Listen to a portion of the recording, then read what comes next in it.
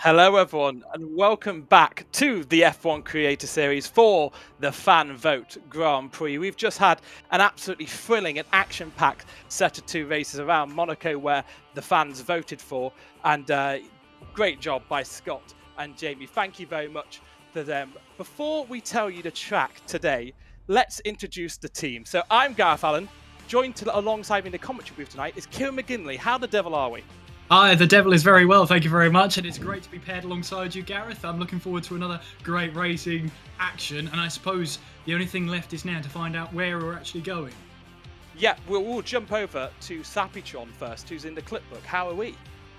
Oh, good to be here, good to be back in the clipbook spot once again. So I am very excited to see what track we've got, because it's still a mystery to me. I'm coming, I'm clipbook, I'm all ready to go. You've got your team radios, got your streams, and of course, it goes without saying, if you see any good clips, any big moments, you want to pop them on the Discord, ! Discord and chat will take you there. But that all begs the question, where are we going to be generating those moments? Yeah, it feels like a bit of an oversight that I haven't told you, but we can go over. And, well, you know, this is the bit that everyone's been waiting for, and it has been a fantastic, fascinating battle. First, let's talk about our runners-up. So third position was Singapore, which picked up a surprising 11.2% of the vote. People really, really back Singapore. I was looking at the likes of Japan maybe to come in third. But yeah, Singapore we won't be racing at. Japan we won't be racing at. I've kind of spoiled that for you. But I do want to kind of reveal the battle of the Pyrenees, we should say.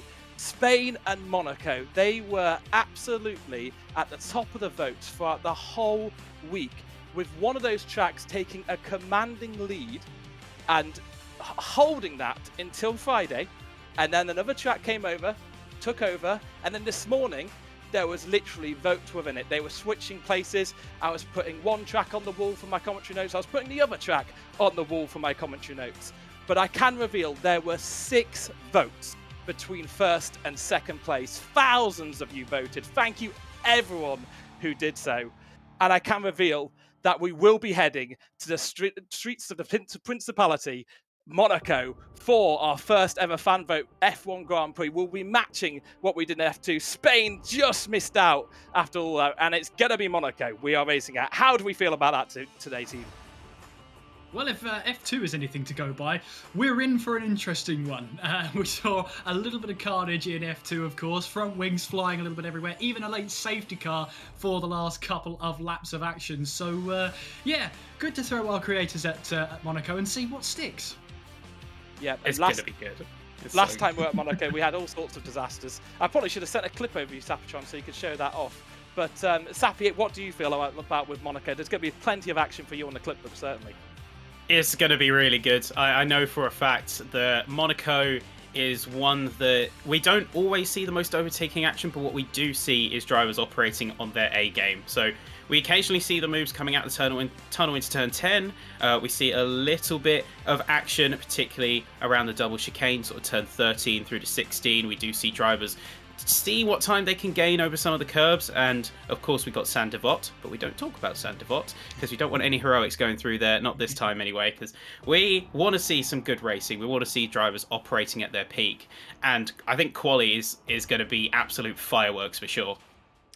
Yeah, I mean, the last time we were at Monaco, we saw 2 drivers perform particularly well. One of them isn't here today. It's Alex Gillen, the person with the most wins in the Creator Series.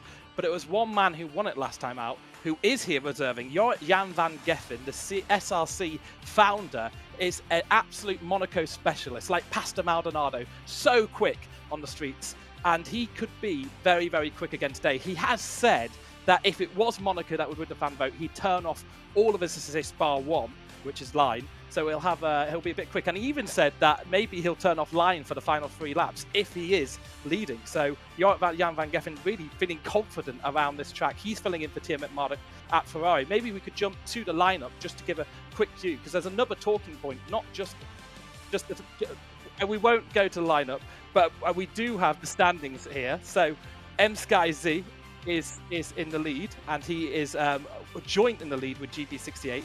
Tom is in third. with Tom 97, his Alpine teammate just behind. Tom 97 not here this week, so he is being filled in by Alex Budd, and Safso in 5th. The Aston Martin's running very well here early into the season, Kieran. Yeah, absolutely, and they were a formidable force when I saw them last time.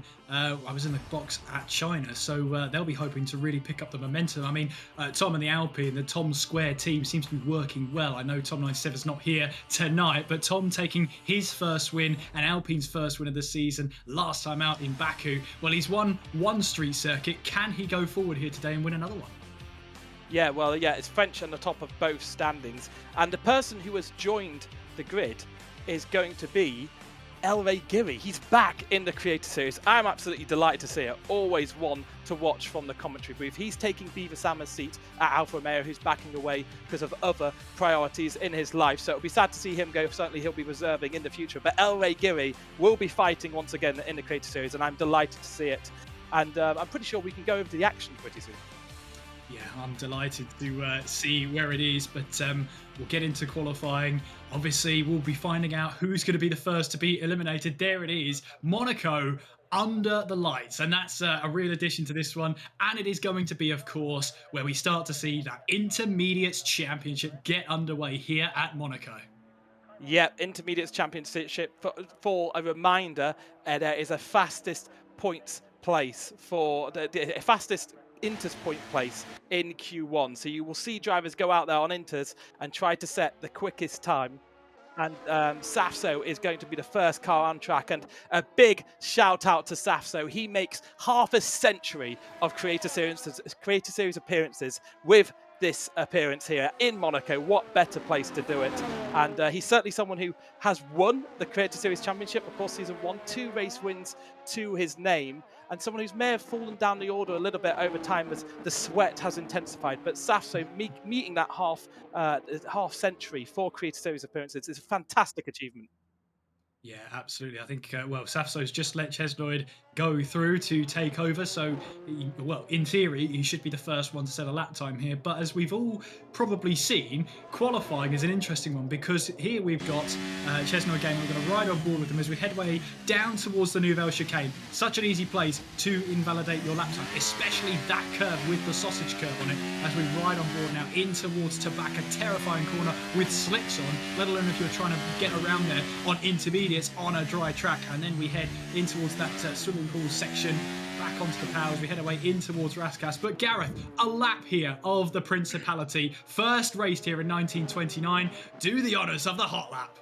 Yeah, so Chesnoid Gaming heading and hurtling towards turn 1 now. Sandoval, it will be action-packed at the start of the race round here. You've got to just feed it through that first corner. Try not to hit the barrier, which pinches you. Now we ascend 41 metres up through Beau Rivage, and Massenet go left, and there has been a crash. Dale and Patterson have come together, and that has left Dale with a 5-second penalty straight away here as we end the first sector, and it is a 21.02 for Chesnoid through the first sector as we head through the slowest corner on the F1 calendar, only 45 kilometers through Mirabeau and past the famous place where Senna crashed out after dominating the 88 race. Through the tunnel we go, and it is not a change of lights, of course, because it is already dark out there, so the streets are already lit up.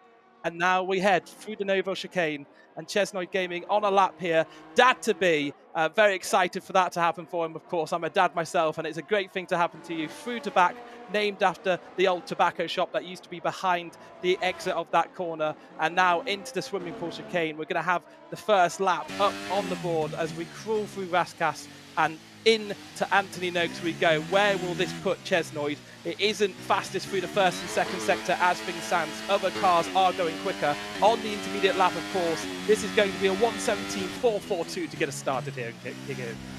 To kick off the action then, and we're over to Raz, and then let's see what he can do as he makes his way across the line. There's a 15.4 from Razin, so a really great time there. And we'll jump on board with Tom, who won last time out in Baku. He has no interest in the Inters Championship. He's straight on there on a set of soft tyres with a 1:10.3. Yeah, not messing around with the intermediates.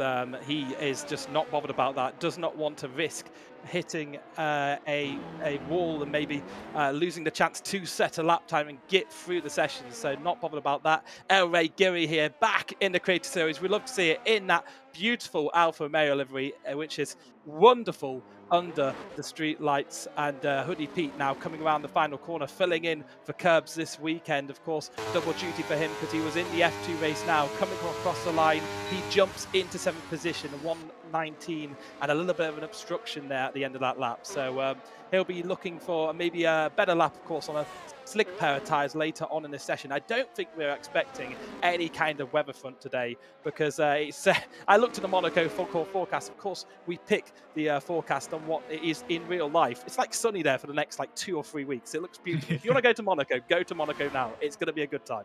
Sounds like it. Hayden Gullis now goes second fastest with Persia now into third. You're at Jan van Geffen into 4th place. GB's now in 6th, so the times are coming in quick and fast at this moment in time, and some of them will be on intermediates. There is Meraki, the reigning Creator Series champion of Season 4. He's currently out there going to set a lap time on those intermediates to see his steading in the fastest intermediates time. That time is with Persia, I believe, at the moment with 1:15.281. So Hayden Gullis set a time there. I think that was on a set of soft tyres, but yeah, it sounds like it. Oh, look at that back end stepping out on Meraki. Now that is overheating tyres on a dry track with intermediate tyres that are already at boiling point. Yeah, Meraki is 2 tenths up on the intermediates pole on those tyres, so he's running very, very well on them. And actually, Meraki may have just thought about cutting the chicane there. That was a very, very tight line, but I think it is still valid as he rounds to back here on this lap. He is going to do 3 inters runs and aim to start the back at every single Grand Prix this year. If what he was telling me is right, he could just be feeding me a kipper there. But he's someone who's not bothered about qualifying. He's proven a point. He's the Season 4 champion. He knows he can race the best. He wants to do last to first challenges each week as he comes over the line, and it is going to be not enough. I think he must have invalidated that lap again. Yeah, it must have invalidated because otherwise it would have appeared with the time on the board. So he'll have to go again, definitely going for that. Well, we'll see if he does want to go for the last lap time there. He was up there on the pace with the pole for the Intermediates Championship, but not this time. And Skyzy, winner of the opening round at China, makes his way around the final corner, Anthony Noakes, and goes 9th fastest, and then quickly down to 10th fastest with a 1:16 flat in that McLaren. Yep, so championship leader doing a decent lap there, and let's see if that's enough for that point to pull him ahead in the championship of GB68 going into the race. Of course, a point for the person who gets the fastest time on inters in Q1. If it's raining or dry, it's the fastest time on the inters, but it is going to be very dry today, so we'll see if that comes down. Adam Sanderson, now the face of Devon Butler, coming through the Nouvelle Chicane. He's actually on a new equipment this week, but he is on a new set of brake pedals, which means that he's struggling with it. But he's also made the switch to ABS off, which I'm very proud of him for, because it's quite challenging to do. I can't do it, but he was all over the place as he came through swimming pool. Very Larry, hard to blame that on your brakes. But now coming out through Anthony Noakes, and he is green on his own sectors because he hadn't set a time, and it's up into 5th, which is bottom of the soft runners, and he clangs into the wall for good measure. That's not the way to do it. That won't help your lap time if you clang into the wall. But yeah, I'm sure we'll get the way back in there. Yeah, so Adam Sanderson has completed his lap. Other cars on laps at the moment. Maybe Matty D13 about to start a lap as he comes over the start-finish line, and he has some slow sectors, so that would mean that he's just starting a lap here. Again, reserving. He got qualifying pole in the OSQ session in F2, so let's see what he can do in the F1 equipment as he comes towards the first sector. It's at 18.614 for himself, which is a green sector, but not a all-time best. Razin Shai, meanwhile, he is setting fastest the sectors, and he has absolutely trounced the best lap there, a 1:09.561 from Razin. That's superb. And Hayden Gullis is telling us something from last week, but I tell you what, he's now telling us that he's a bit heavy on fuel, so off the pace. So Hayden Gullis off the pace here. Yeah, I'm not sure how valid that radio message is, considering it's qualifying. If you're a bit heavy fueled for qualifying, that's a grave concern. But there we go. Razin, top of the standings at the moment with that 1 minute 9.5. Yoret is going quickest right now, or going quick at the moment, so makes his way out of the tunnel and in towards the Nouvelle Chicane. And that little bit of orange Armco right on the inside, just as you turn in for the Nouvelle Chicane. I can't tell you how many times my rear tyre has caught that one. 2/10 up in the middle sector, and here comes Yoret then making his way through in towards the swimming pool section. We make our way in towards Raskas, then getting the power down, and then in towards Anthony Nogues for this flying lap. Then DRS wide open on one of the shortest DRS straights on the calendar, and it will be second fastest then for Yoret as he gets himself a 1 minute 9.939.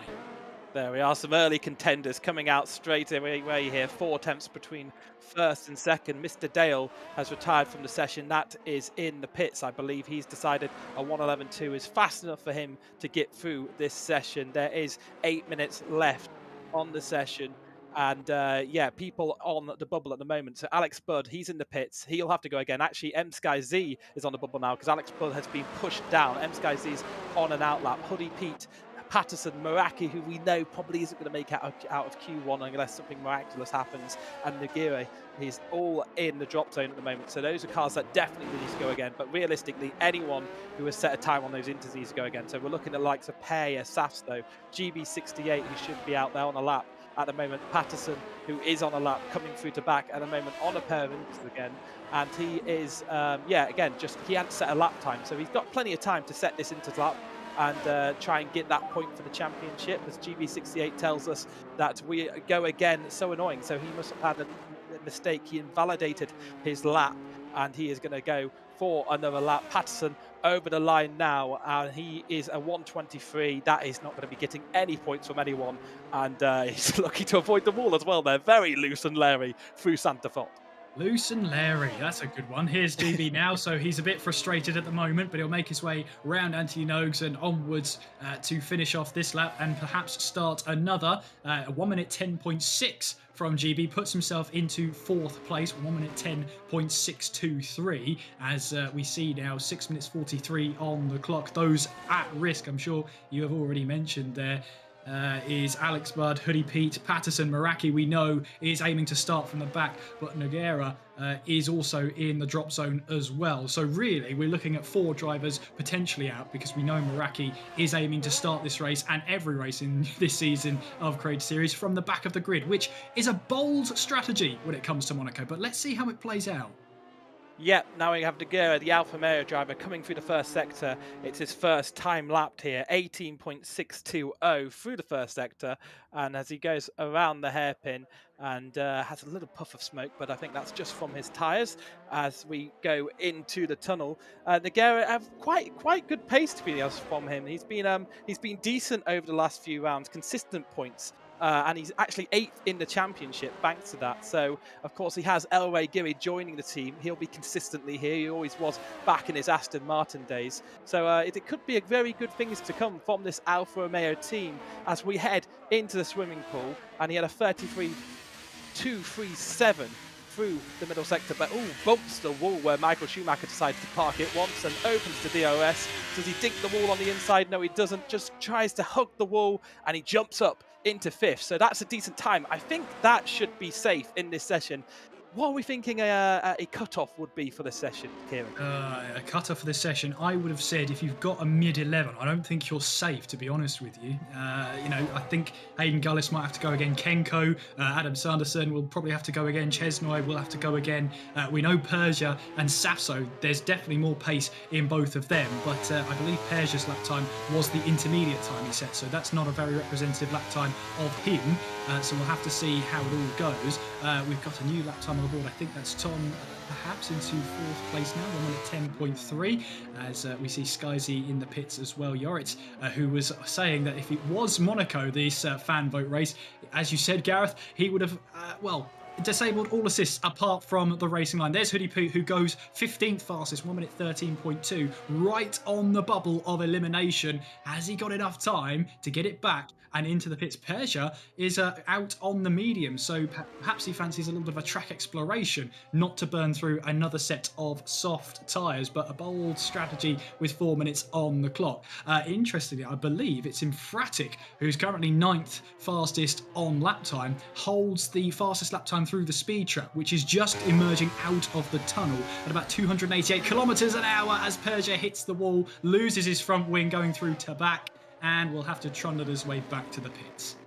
Yeah, and I'll probably have to say he's got a 1066, so interesting. I always have Badgerman in the back of my mind when I see someone on a pair of medium or hard tyres in qualifying, because he always says that save the best pace for the race. It's a bit of a needless risk there, but yeah, Perja now into the pits. He will have to maybe go again. I don't know, 1066.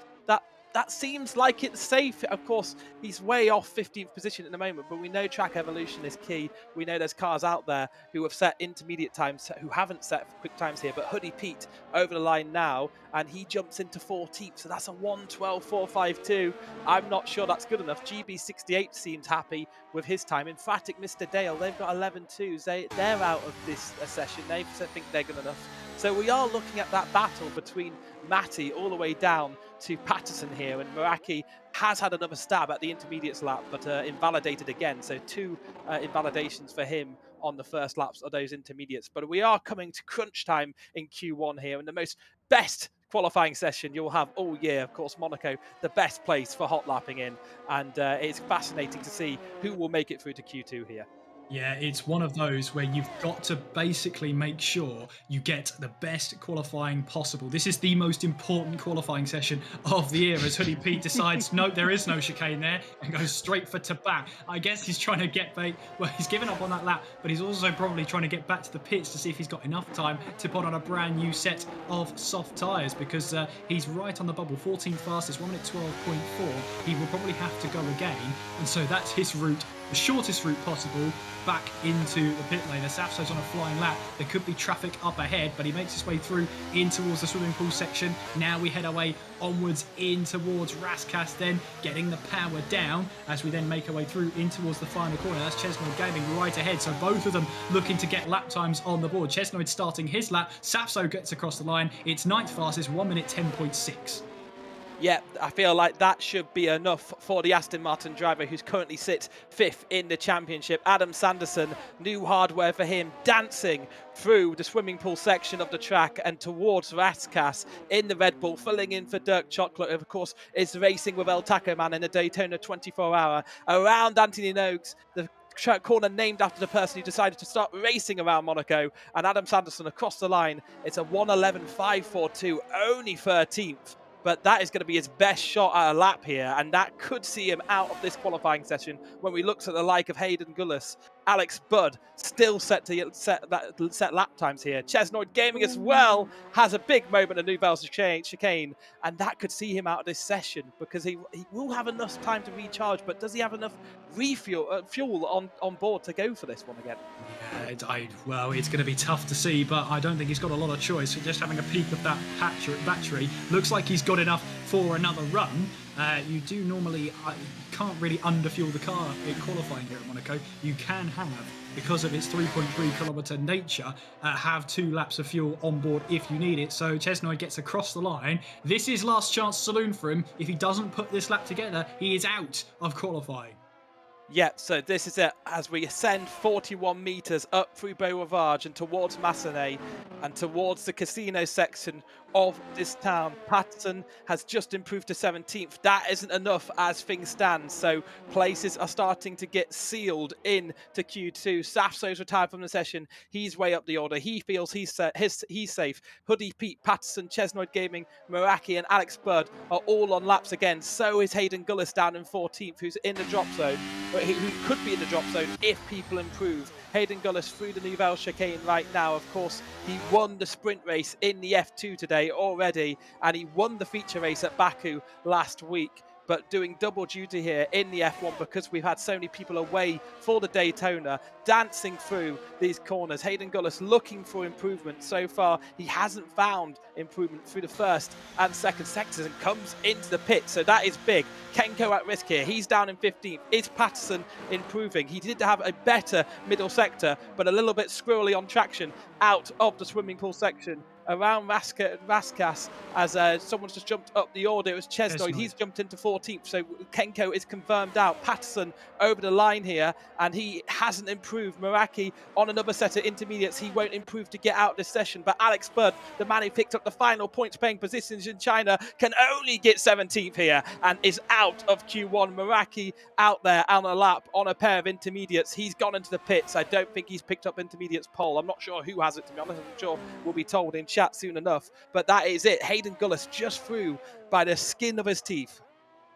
Yeah, absolutely. Well, we know who's out of the session, out of qualifying. Kenko, Alex Bird, Hoodie Pete, Patterson and Meraki, who will be starting from the back as he intended. Well, that means then Hayden Gullis, even though that lap he had to abandon at the end, he still gets through into Q2. Chesnoid getting that lap in there, 11.616 gets him, books him into his place. Going into Q2, and Adam Sanderson as well up there, 13th place on new equipment, so great job from him to get himself into Q2. But there, Alex Budd is out of qualifying. He will be starting from 17th position.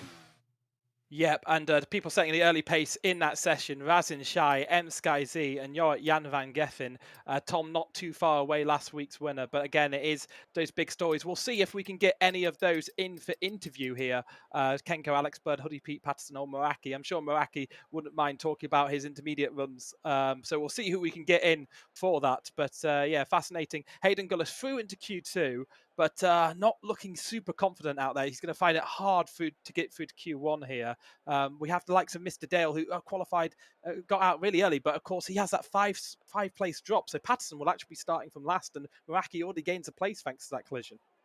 Yeah, absolutely. So Meraki, well, that's 1/20th of the problem solved, isn't it? He'll be starting from 19th place, so he'll be one position fewer to worry about. But as we have that reprieve from Q1, it gives us a time to review.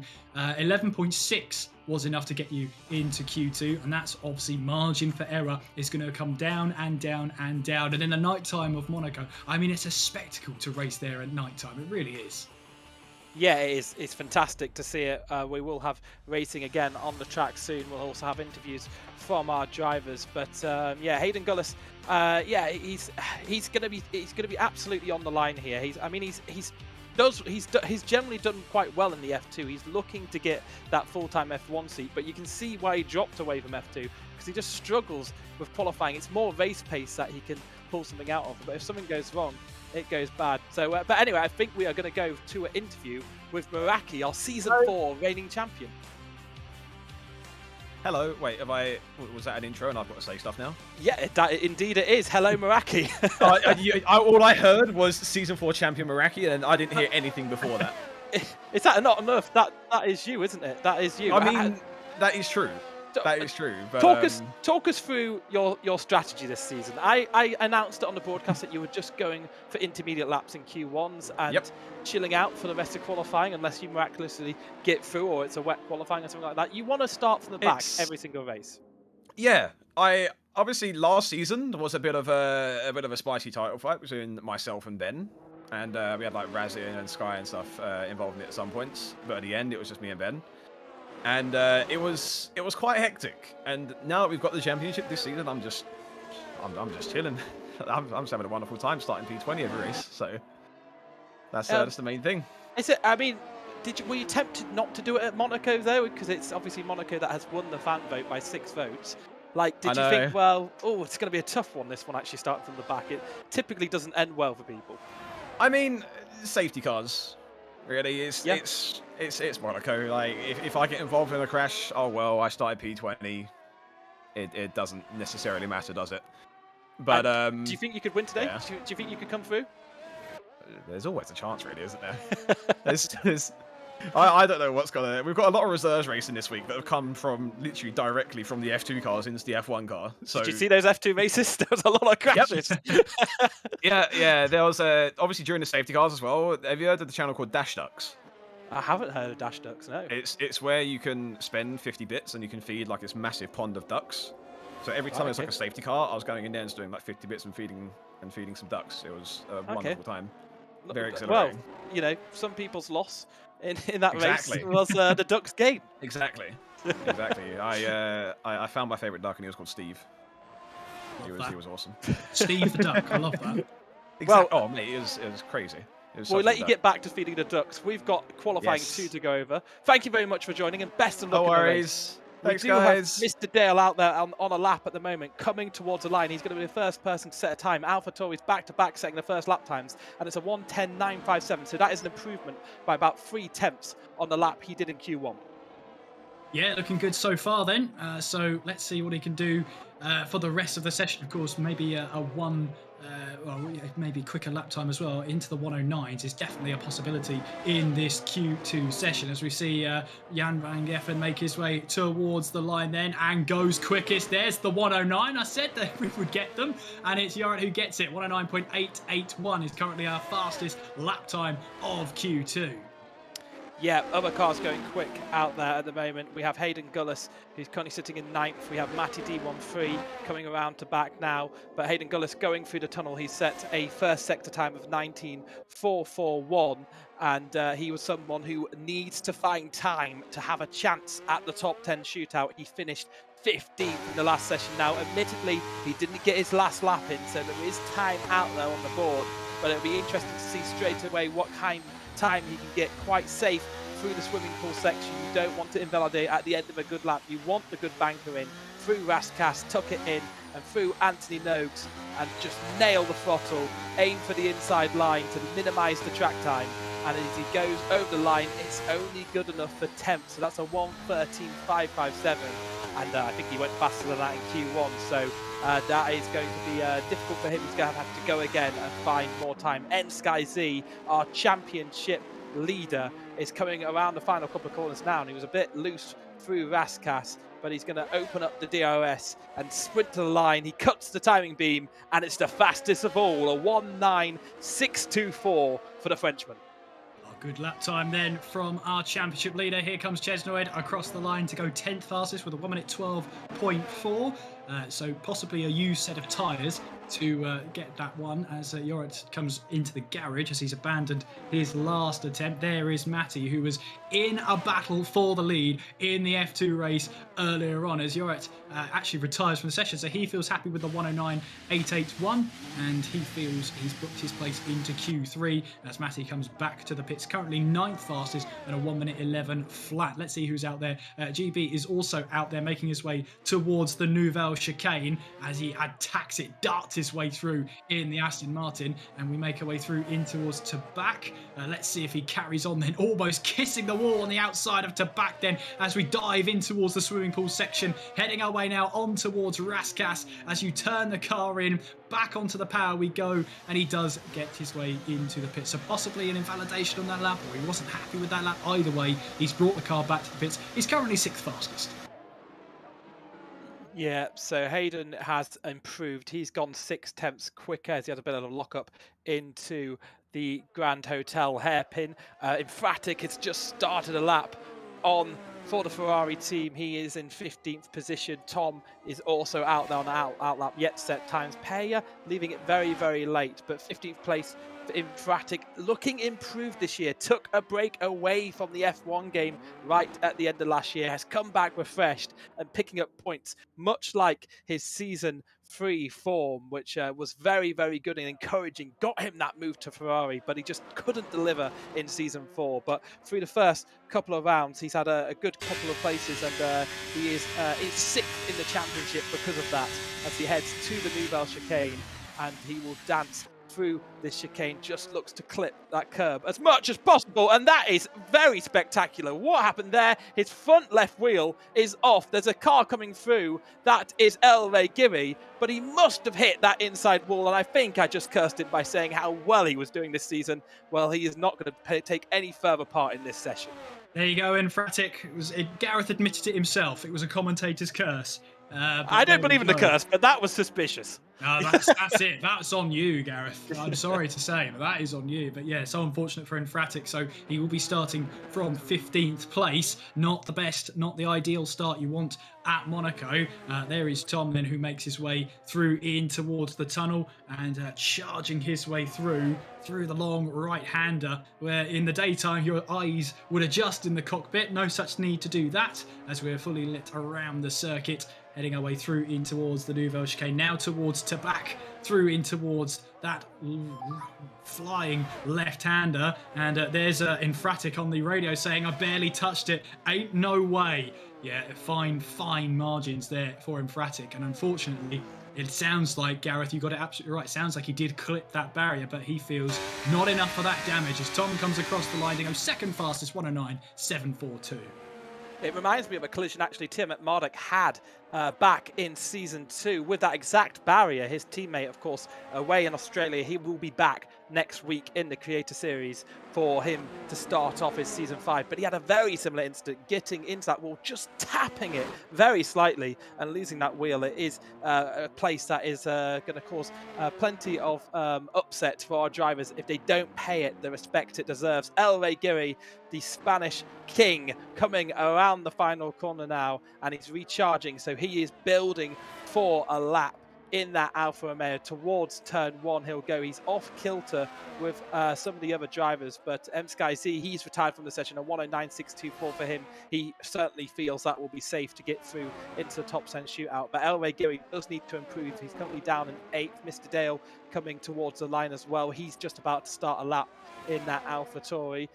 Hayden Gullis, Adam Sanderson, Pay are also drivers out there on laps at the moment. And I think Tom also out there, but I think he's coming into the pits. Adam Sanderson, the face of Devon Butler, in that Red Bull. And he is through the first sector finding time on his personal best. A 1:13.187 is what he's set so far. And if he can find a bit of time here, could maybe get himself into the top 10. Someone who doesn't maybe score many points in the Creator Series, but himself getting into the top 10 and just getting into a rhythm here could give him some very decent points in the F1. Yeah, definitely could. He will get his way, and for this, there's a huge opportunity for people here to get into the points, get some points on the board. As Sanderson makes his way through in towards Raskas there, kick at the back end as he makes his way through in towards Anthony Noakes, and riding on board with Adam as he makes his way charging towards the line. What's this lap time going to be? It's 12 fastest. He shaved off a second and a half, but it's 11.593, and it still leaves him in the drop zone with 5 minutes of the session to go. Yeah, Mr. Dale on the bubble at the moment, but he's going to come over the line. He has improved on his time through the middle sector, and he jumps up into 6th position, a 1:10.268, but it's so tight. Only 3 tenths separates him from GB68, who's now down in 10th on the bubble, and he's going to cross the line. He's going to jump up to 4th. He's into the 109s. That seems like a safe time for me. Now Elray Giri, who was on a lap, is in 10th position, but that was very close there. Peya almost colliding with a car that came out of the pits there. I think that was Nugiri who came out there. That was very close, but Peya in 3rd position here. So he's jumped up the order. Elray Giri now around the final few corners. Is he going to come into pit and change tyres? I think he is, because he's got 4 minutes to go out there and set another lap time. He's going to have to set another lap time. He is at danger. I think possibly everyone from 7th down is at danger, maybe even Razin Shai, because that's a 1:10.036. But we do have everyone on in laps at the moment, so I think we are going to think about going for a replay of the crash that we saw from Infratic. So let's jump over to this replay and see what happened to Infratic. So coming through the tunnel now and towards the Nouvelle Chicane, it's going to be on the exit of here, and it's going to be a light tap on the left and wheel gone.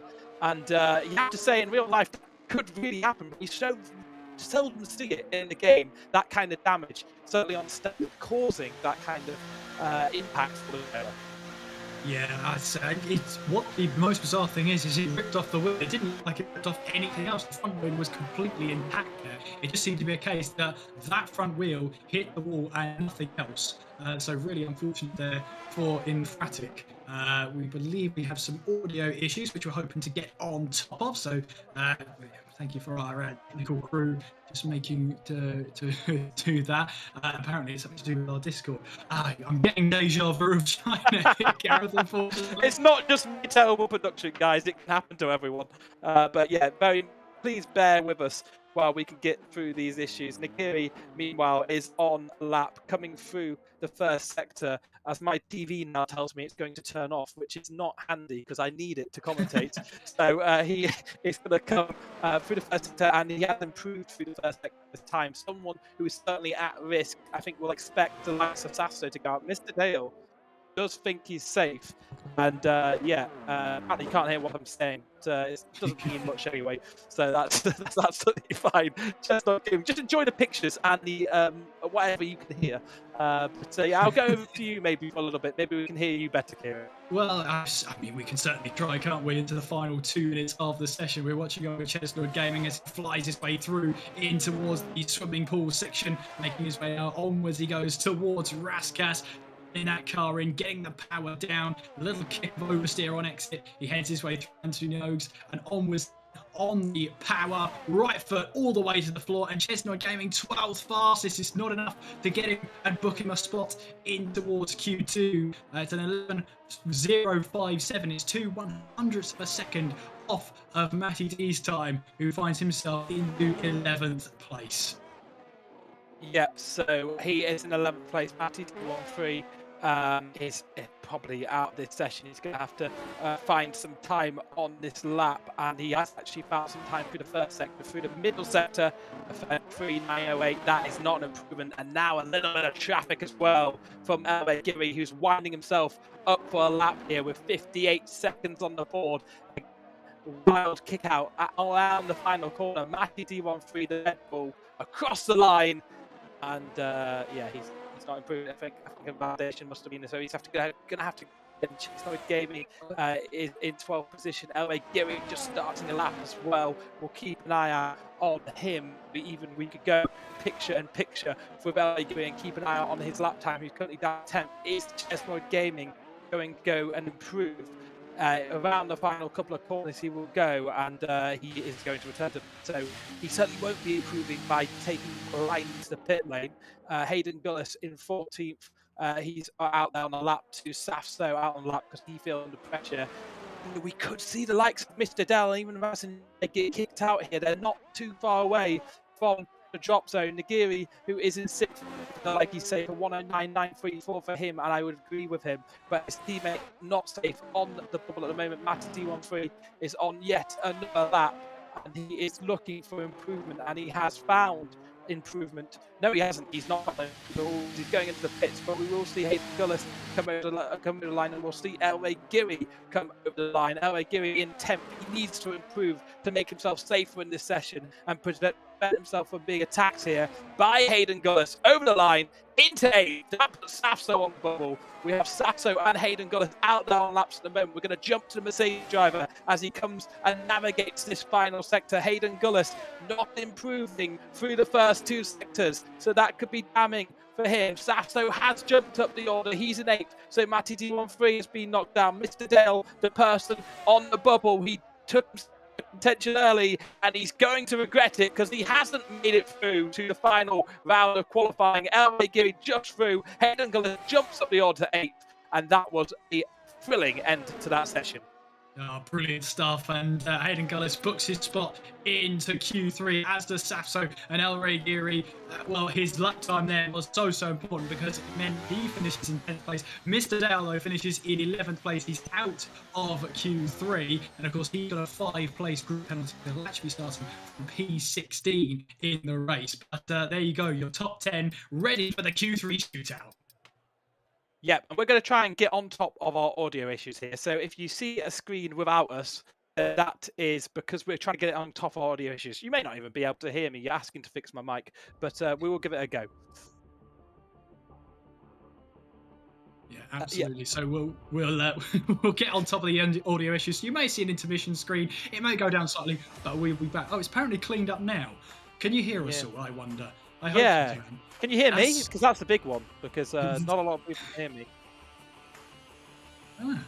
So it sounds like tabbing out seems to have done it. So it's the old switch it off and on again kind of thing. Seems to have fixed the issue. So, who knew it? Who knew it? The basic IT issue solver is turning off and on again. It works. Yeah, this is why we need to put in a Be Right Back screen, I think. Note to self, put in Be Right Back screen. But we don't have one, so you're just going to have to deal with us about nothing. So, yeah, we've changed a couple of things in the background here, so that should hopefully improve things, but it could make things worse. Don't say that. Oh, well, you know, give the viewers and Karma and, you know, the fates every availability to make it worse or better or, you know, whatever happens. So, whatever you say, Gareth. Whatever you say. Well, we know now our top 10, and it's Razin, Hayden Gullis, Safso, Yorik Jan van Geffen, Perya, Skyzy, GB68, El Guri, Noguera, and Tom all into the top 10, and we're getting ready for our top 10 shootout. Now, the first lap here, normally, Gareth, is a used set of those soft tyres just to get a lap time on the board, see how everything pans out. It's that second lap, possibly even third lap, because of the short track here, 3.3 kilometers around the Principality of Monaco. You may see 3 laps by drivers. Watch out for that one. We'll see how it all pans out, but for that all-important pole position battle, let us know in the chat. Who do you think is going to grab pole position out of our 10 drivers in the lineup here? Yeah, I mean, who do you think is going to be going for pole here? What do you think is going to happen? I think Yorik's got a chance. Yorik Jan van Geffen. You know, he's been saying, you know, if it was Monaco, he's got a strong chance. We've already seen him get some really quick laps in there. Skyzy's also one to watch going into the pole position shootout. Tom as well. Well, he managed to get a win on the streets of Baku last week. Can he go one step further and grab the pole position on the streets of the Principality tonight?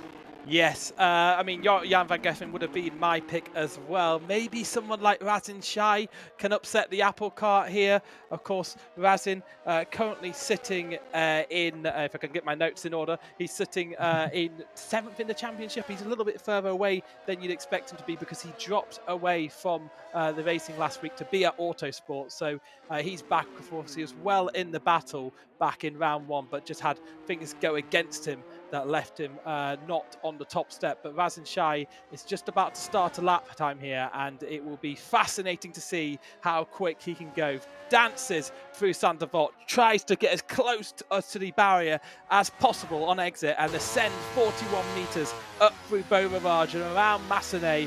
Now will attack the right-hander of Massenet, and then towards the first timing split, and it's going to be an 18.179 for the Mercedes driver as he goes through the slowest corner on the track and tries the drift. He tried the meta drift, but it went all wrong. So this is going to be a bit slower through this middle sector than if he got that right. But that's going to be absolutely crucial for lap time, and he's abandoned this one because he's decided that, no, he's not going to do it. He needs to get that drift in to get that perfect lap time.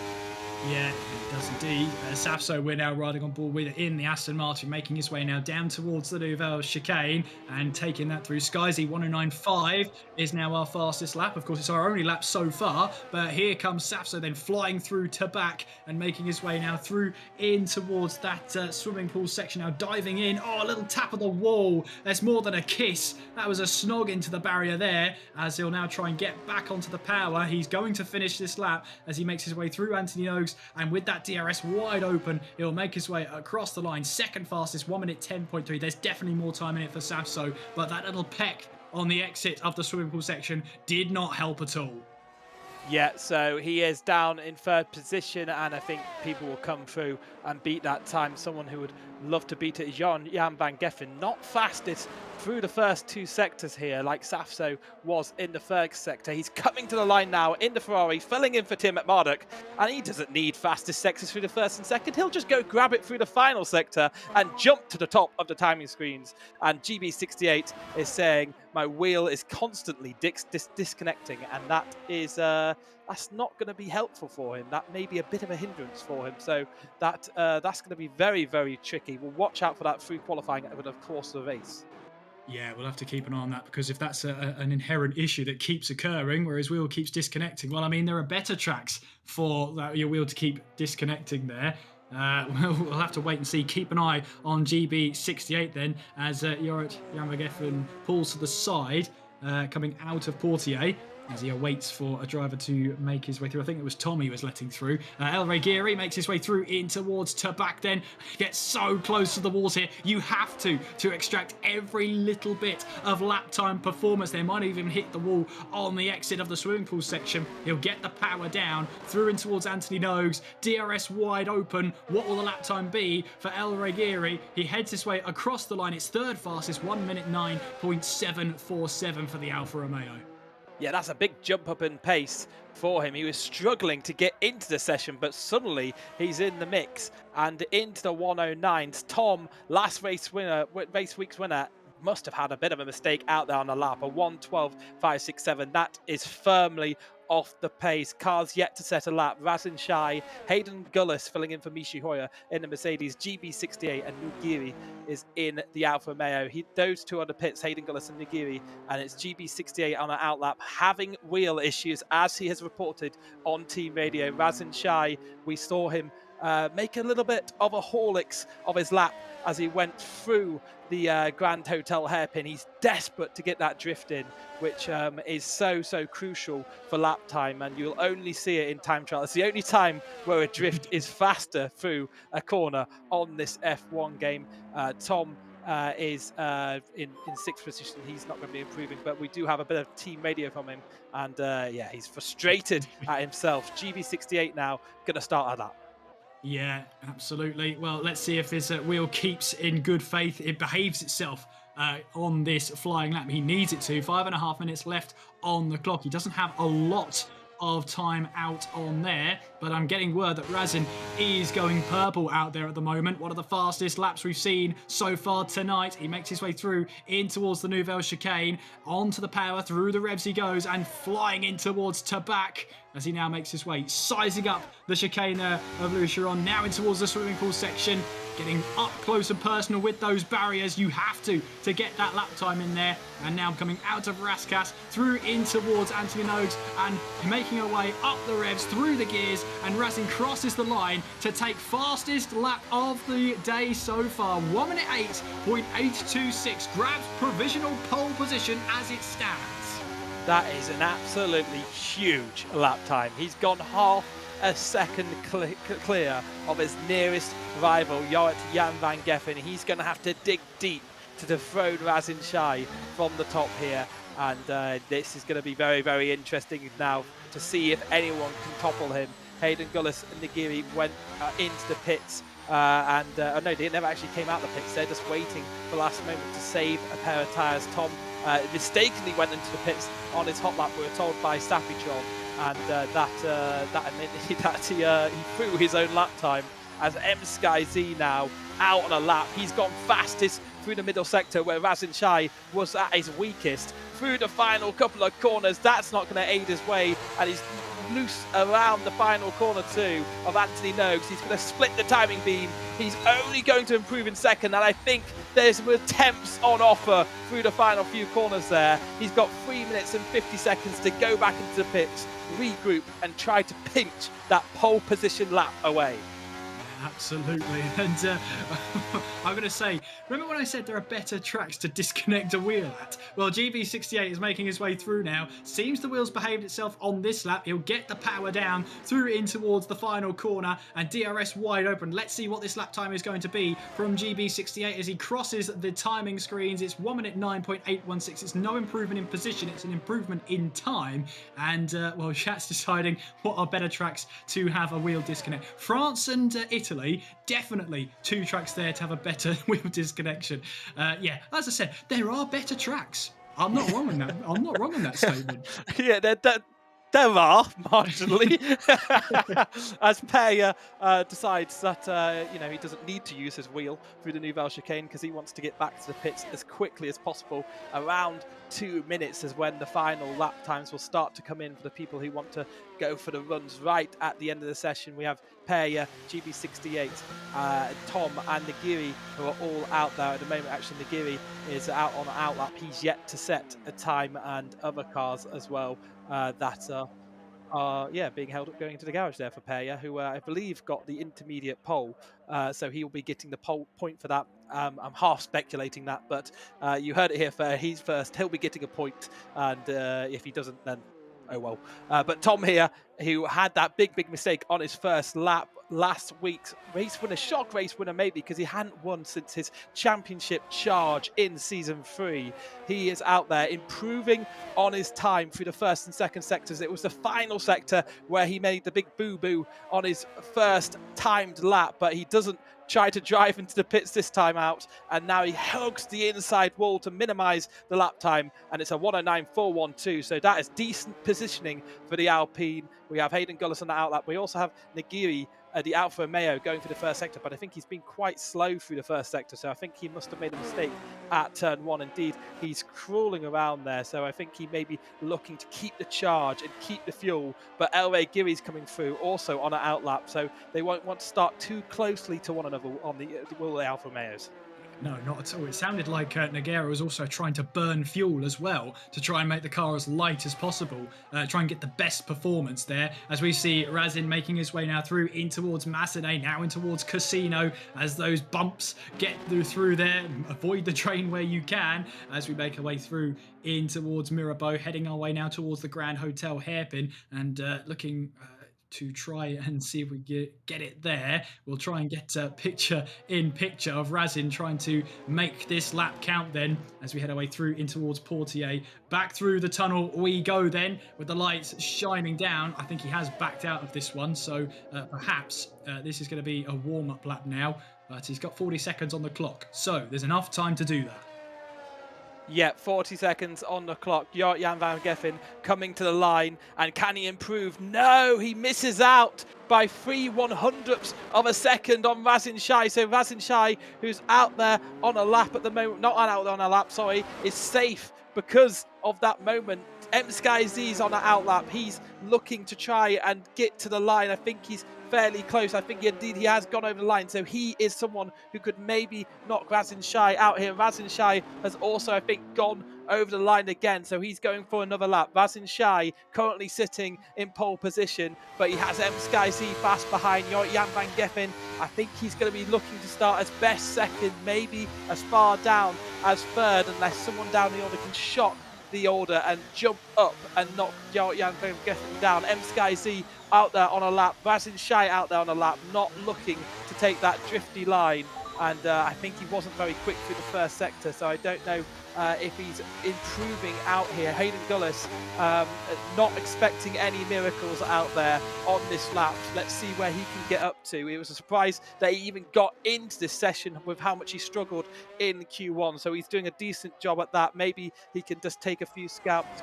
But Hayden Gullis, who is actually coming to the line now in that Mercedes, filling in for Michi Hoyer. Can he do anything? It's green through the first 2 sectors, but it's a 1:10.276, firmly off the pace of this top 10 shootout. Now over to his Mercedes teammate for the week, Razin Shai out there. He hasn't improved in the first sector nor the second sector, and he doesn't improve overall. That's simple mathematics. But M-Sky Z, he's had a moment out there. He's not going to improve, so it's just Nagiri who can do anything. And through the first sector, he's slow, and you can see that he's slow out there. We are done. Razin Shai has took pole in the Fan Vote Grand Prix here in Monaco. Jan van Geffen will start alongside him from the front row of the grid, and it's Frenchman M-Sky Z, who was one of the people desperately voting for Spain, has put in a decent result here and got into 3rd position.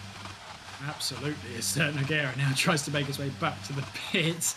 I think he might have no fuel to the car. That's why he's struggling to get back in. But a great lap then for Razin as he grabs pole position for the Fan Vote Grand Prix here on the streets of the Principality of Monaco. And it was a close fight for that battle of pole position. Razin takes the top spot. Jorrit Jan van Geffen in second place. SkyZ rounding off the top three. And look at that. Just over 3/4 of a tenth of a second separate the top three. Absolutely brilliant. Yeah, that could be a very, very interesting race that has been set up there. Of course, we'll have instant and safety car people coming through the pack like Meraki, who's aiming to do that every single week here in Season 5. So, yeah, quite interesting. We're going to have the standings up soon to show you who got that intermediate pole lap. But oh, we'll have the standings right now. Thank you very much, producer Rob. So we can see that Peya has indeed got that point, and he is down in 9th position. So he's now only 1 point behind Nagiri for 8th position. Reminder, MSkyZ starting in 3rd here. He is the championship leader. GB68 joint on points, but struggling with wheel issues, less than optimal. He is in 2nd position, and of course, it's Razin Shai down in 7th, who is going to be starting on pole here. So he's down in 7th, of course, missed last week, looking to pick up a haul of points here. Yeah, absolutely. And Nogueira obviously looking to pretty much get his way up the order as well. 16 points so far this season, leaves him in 8th place. Great chance for him in the Alfa Romeo to get some solid points on the board. And because of this weekend full of action coming into this weekend, of course, there are a notable amount of absences. So if you're a reserve driver coming in for tonight's Fan Vote Grand Prix, you may have had mixed feelings that it's Monaco, but this is a great opportunity to score some points. Get yourselves up the order. You never know what might happen. Alex Budd, for example, yes, he might be starting all the way down the order, but what we fail to mention is Monaco. I think that's all we need to say. I think you're muted, Gareth. So it's... We've lost Gareth's mic. We'll try and get back to I muted to have a drink. It's completely on me. I just muted to have a drink and then forgot to unmute. Yeah, let's go away from the standings. I know exactly what's gone wrong there as I developed it. It's very nice 95% of the time, but not in that 5% you're adjusting there. But yes, I can't even remember what the train of thought was before all of that commotion. But I said it's Monaco, and yeah, anything could happen. Else. Yes, yes, anything could happen at Monaco. I'm thinking back to the last time we were in Monaco, where we had the Hayden Gullis chicane just after to back, and before the Louis Chiron chicane, his car just slowed to a halt, and all the other cars had to dodge around him. And it took quite a few people out of the race, that one. So yeah, literally anything could happen here. And we are having a formation lap very, very soon. We'll jump over to that as soon as we can. But I can give a little indication of what people are starting on tyre-wise. And it's mediums for the front two runners of Razin Shai, Jorrit Jan van Geffen. What kind of strategies are we expecting from our creators today? I mean, I think they would have prepared for a one-stop. You'll want to be... it's a short pit lane here. You lose the least amount of time in this season. But of course, you don't want to pit and leave yourself vulnerable at the end of the race. We saw in F2 earlier on tonight that there's a late safety car can change everything, and everyone goes on the soft tyres and tries to sprint towards the end. The only problem with that is, I don't know if we've mentioned this enough, Gareth, it is Monaco. It's not easy to overtake here. Qualifying was so critical to performances here. We see Tom and Nogueira both on a set of soft tyres. They're the only two drivers on soft tyres, so they'll be probably looking for the soft to the hard tyre. I know we can have our engineer Badgerman give us probably the shake of disapproval, like, these commentators don't know what they're talking about. Here's the strategy I'd use. But in any case, it looks like from the majority of the grid, it looks like it's going to be medium to hards potentially. There's the option of a soft tyre run towards the end of the race, but you're really looking to hold position in this one. So for Chesmura Gaming, for example, he's in 12th place. He'll be looking to hold on to that position, hope for a safety car, sort of midway through the race, change onto a set of tyres. That, I'm sure, is going to be this plan for Elgiri. And SkyZ, 3rd place, hard tyres. Well, he might not get the best traction off the line, but if he can hold 3rd place, well, it's anybody's guess as to what happens here. It's anybody's guess how many safety cars we'll get this race, or sorry, how soon we get the safety car. 78 laps of the Principality, Gareth. It's over to you. Yeah, the drivers are clearing the grid and the creators are ready for this one. They didn't know where they would be racing until just under an hour ago when we went live. So this has been frenetic for them. A lot of them predicted Monaco. There has been some time spent, but we are very, very close to the start of this Grand Prix, and we're going to have 5 laps. Here come the revs, and it's time for the action to start. As the lights aren't quite visible for us, but that's going to be fine. Here we are. Here come the revs, and it is Razin Shai on pole, and the creators go racing in Monaco on the streets of the Principality, and Jan van Geffen immediately tucks behind, and that is good and clean through the first few corners. There's a little bit of a moment between Elray Giri and I believe that was Pay, GB68 and Hayden Gullis battling through Massenet at the moment. Also Tom trying to get around the outside of M-Sky Z as they come towards the end of the first sector. M-Sky Z holding the inside line of Mirabeau High, and he is still ahead, but Tom, the inside line of the hairpin, very forceful. We have a safety car, and there is Elray Giri out of the race. There must have been an incident at the top of Mirabeau Hill, and we can see it. He's crashed out on the exit there. Yeah, he has indeed, and a couple of penalties being handed out as well. I think Patterson has been given a penalty. Infratics not got a front wing at all. So how soon can we see a safety car? Grand Hotel Hairpin. That's where we get the safety car. So Razin leads the way then. That was a critical move Tom needed to make there because Skyzy's on the hard tyres. So Tom knew he had to really go, for that Kamui Kobayashi or Adrian Sutil move down in towards the Grand Hotel Hairpin to make sure he got ahead. And Razin then leads the way. Jan van Geffen in second place. Patterson did have a pretty good start because he managed to sort of really offset his grid penalty that started him from the back. He managed to get back ahead of Meraki there, but unfortunately he's got himself a penalty, and we'll have to we'll see what happens there. Elgiri unfortunately retired from the race, and so we have the safety car. Razin will be picked up by the virtual Bern Mailander, and we'll have a little bit of period of reflection of about half a lap. Yeah, it's desperately sad to see that Elray Giri is out of the race here. His return to the Creator Series has lasted all of one sector. So, yeah, that's bad to see. Of course, he'll be back in later races, and we'll have to see what happened to Elray there through the first sector. Maybe we can get a bit of analysis from, actually, we don't have a stream from Elray Giri. So maybe we can find someone who crashed into him. But maybe we'll get something. Maybe we won't. But Infratic is pitted. He is down in 19th position. And he has switched on to a pair of the hard tyres, I believe, after starting on the medium. So a loss of front wing forced him into the pits. Chesnoid Gaming, also a car that has pitted out there now on the hard tyres. So they have a long, long way to go in this race.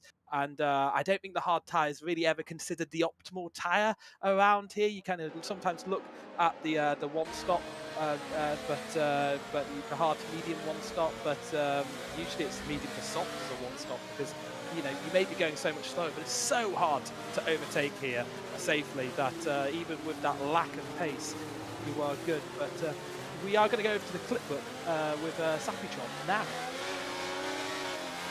All right, well, let's take a look and kind of see what's happened here. So first things first, you're coming down the hill. He's trying to get a bit of a gauge on what's happening. You can see a lot of cars, so Fratic's just trying to find his space within the track. Then everyone sort of tucks in and boom, got someone on the inside. I think that's Adam Sanderson. So he hasn't really got anywhere to go. I think by this point, he's also spotted Elray Giri, who's stopped on the track. I believe he outbraked himself into the barrier, and that's why we've got the safety car out here now. But yeah, Matty D, he's covering off the front. He's got Adam Sanderson on the inside. Hasn't really got anywhere to go. Straight into the back of Matty D. And there you have it. That is always the way it goes sometimes at Monaco. You're kind of boxed in, nowhere to go. He does rejoin, but yeah, no front wing. He's got nothing he can do. Yeah, no front wing, had to bit for hards, but the pack are all going to get back together here. We could see them back racing at the end of this lap here. Razin Shai, Jan van Geffen, both on the mediums here. I think they could travel away with this one, but Tom on those softs, can he pinch a place on this restart queue? It's possible. I mean, Tom on the soft tyres, you've got Razin and Jan van Geffen both on the medium tyres, so it's entirely possible. The only problem with that is that Razin will control the pace up until the start-finish line, so he can pretty much go whenever he wants. He might even, well, we've got the safety car in this lap. I wonder then when Razin will restart this race, and we'll see what happens here. There we can see the picture-in-picture on board with Tom in the bottom right hand of your screens. Let's see when Razin decides to restart this race here. We'll begin the 4th lap here of the fan votes race here on the streets of Monaco, getting some last-minute heat into those tyres before we tackle Anthony Nose. Yeah, Razin Shai goes for it on the exit of the final corner, and that left Yorit a little bit in his dust, but Tom following in. It's such a short run to turn 1, so difficult to make a position. Hayden Gullis was maybe quite close to GB68, but still backing away. It's 1 by 1, all trailing each other quite safely here as we've gone green flag racing again here on lap 4. Razin Shai in the lead for the Mercedes, down in 7th position in the championship. He'd be gaining 25 points as things stands. A very long way to go in this race, of course, though. But Jan van Geffen in 2nd, our reserve driver. The last time we raced in Monaco, he won. It's Tom on those softs, chasing down the 2 medium runners. Yeah, absolutely. I'm just seeing there, Infratic and Chessboard Gaming, obviously they re-emerged on a set of hard tyres. Now, I highly doubt it would get them to the end of the race, but I suppose the hard tyres, they've now used 2 sets of compounds, so if there's another safety car, they can choose freely what tyres they want to use to try and get them to the end of the race. It's still a very, very long way to go there. But you know what they say, the American translation of safety cars breed safety cars. That normally is the case here at Monaco. Here's Tom right on the back then of Jorrit Jan van Geffen as we complete the 4th lap worth of racing here in Season 5 of the Creator Series here at the Fan Vote Grand Prix in Monaco. Riding on board with the Dutchman then as he looks to try and make it back-to-back victories here on street circuits. And I always say, never rule out a former champion, no matter how long the winning spree lasted for, or the ring drought lasted for, as we jump here in a battle for P11, as that's Adam Sanderson getting it a little bit wrong, perhaps maybe damage, I don't know, but Alex Budd makes his way up into 11th place. Meraki, our reigning champion, who starts us from the back from pretty much most Grand Prix, if not all this season, currently finds himself in 12th. Yeah, it's back road, a great from Maki. On those hards, he's playing the very long game here. He'll hope for some safety cars to bunch up the field. Tom has just backed away from Razin Shai, but I think there was a mistake there from Alex Budd, and that gave Meraki the impetus to pass before they made the kink of the cut tunnel, which is really actually important, because going too wide through there is very hairy and scary, and there's someone cutting the chicane in the background. It's Adam Sanderson, 3-second time penalty, the first person to get these warnings from the stewards. He has a 3-second time penalty to his name. That will be added to his time at the end of the race. At the front, Razin Shai sets the fastest lap of all, a 1:12.778. Tom's just fallen away a little bit from the back of Yoit, and he is not quite on top of him here, as it is the likes of M Sky Z who's falling away from this leading trio, and Adam Sanderson has had a moment where he's lost his front wing, so that is why he was all over the place. So he's switching for another front wing, I think popping on a pair of the medium striped tyres. He falls down into last position, unfortunately, for the Red Bull runner. Tom is all over the back of Yorit here, but it's just going to be so hard for him to find a way through. Yeah, absolutely, yeah. Adam Sanderson was struggling there, wasn't he, on that last lap. Wing damage prevalent now as he made his way into the pit lane. And we'll see what happens there. So Patton also came into the pits. He leaves now on a set of medium tyres. I'm just seeing now Adam Sanderson, not sure what sort of tyres he's on, but he's got himself a 3-second time penalty for multiple track infringements. It's the medium tyres. Thank you very much, production. Medium tyres on for Adam Sanderson, so that won't get him to the end. So he's banking on another safety car, possibly to then bolt on another set of mediums if there were a safety car to develop then. But Razin, new fastest lap of the race, 1:12.325 from our pole sitter tonight. Yeah, so I think we can get a team radio from Dale and maybe even show you a clip of what's happened to Dale and Adam Sanderson. So Mr. Dale out there, he's saying, how can you not leave the spaceman, and who does that relate to? So we'll jump over to a replay because there is a clip here. And Sappy, why don't you just talk us through this one quickly? Yeah, because we're coming through, you can see just crossing the start-finish line, heading through Sandvort. Dale J going for the outside. You see it and squeeze. He's hoping for the space. And you can hear it in his voice. Just didn't get the space. He's completely lost the left side. and there's not really much more to be said beyond that. He went for the move. He wasn't significantly alongside, and I don't think he should go on for it, to be honest. Yeah, very, very difficult to go too wide up through Beau Rivage, and Mr. Dale pays the price. So does Adam Sanderson, unfortunately. As there's a wheel off, and it's Matty D13, and that is on the apex of the Nouvelle chicane, and that has to be a safety car. The Williams of Hoodie Pete just managed to avoid it, and that's also the Ferrari there of Infratic getting past him. But yeah, we'll have to see what happened to him there. But that's the second safety car already here, and those runners at the front will just be lamenting it as Adam Sanderson's ignored Delta and has picked up a drive-through. It's a big, big element of the F2. The Deltas being caused by VSCs as we see Nagiri pop into the pits. That's not how you say his name. I do apologise. I need to sit with him and work out how to say it because I'm just completely Britishing it at the moment. So I believe it's Noguera. We've had It's confirmation. Noguera. Yes. And I will say it wrong again in this broadcast, and I apologise. Get it on the bingo card. Let's just be honest. I am a terrible British man who butchers names. But yeah, Tom in third, Raz and Shine Yorick. Those front three at the front, they were just getting into that crucial rhythm. And now it's broken down again, and they have to look at each other, look over their wings, look into their mirrors. Patterson drive through as well now. Yeah, Patterson's got to drive through as well. So that's Sanderson and Patterson getting drive-throughs for speeding under the safety car. Now we'll see if what Tom does in third place under this safety car, because of course the safety car period, now we've had 2 within the first 8 laps of this race. I wonder if any of the soft tyre runners will come into the pits and change their strategy up.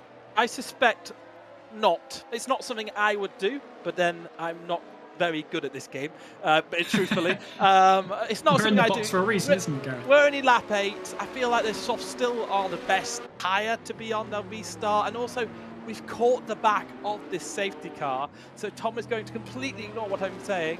I know he doesn't, so I am half good at this game, confirmed. And Tom, Tom is staying out on those softs. I think those softs just have enough life. Maybe 10 laps further, you could maybe think about a Boxster hards and try to get a long way to the end. But I think at this moment in time, it just seems like a bit of a risk to change tyre.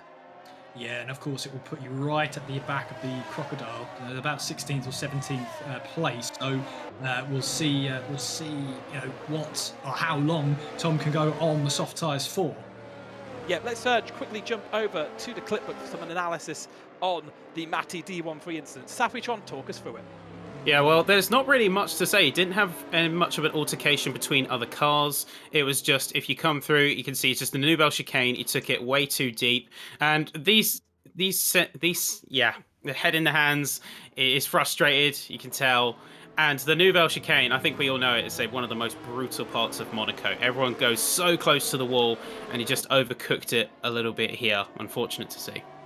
Very disappointing for the Norfolk-based streamer, and I think he will he'll lament that. He's enjoying his days in the F1. Of course, he got one shot qualifying pole in the F2, but had a bit of a wobbly final lap that left him going from first place to all the way out of the podium, thanks to a penalty he picks up. But not his day for Matty D13. But we will have maybe a safety car come in this lap. They're just starting to bunch up. It's 50-50 whether this comes in or not.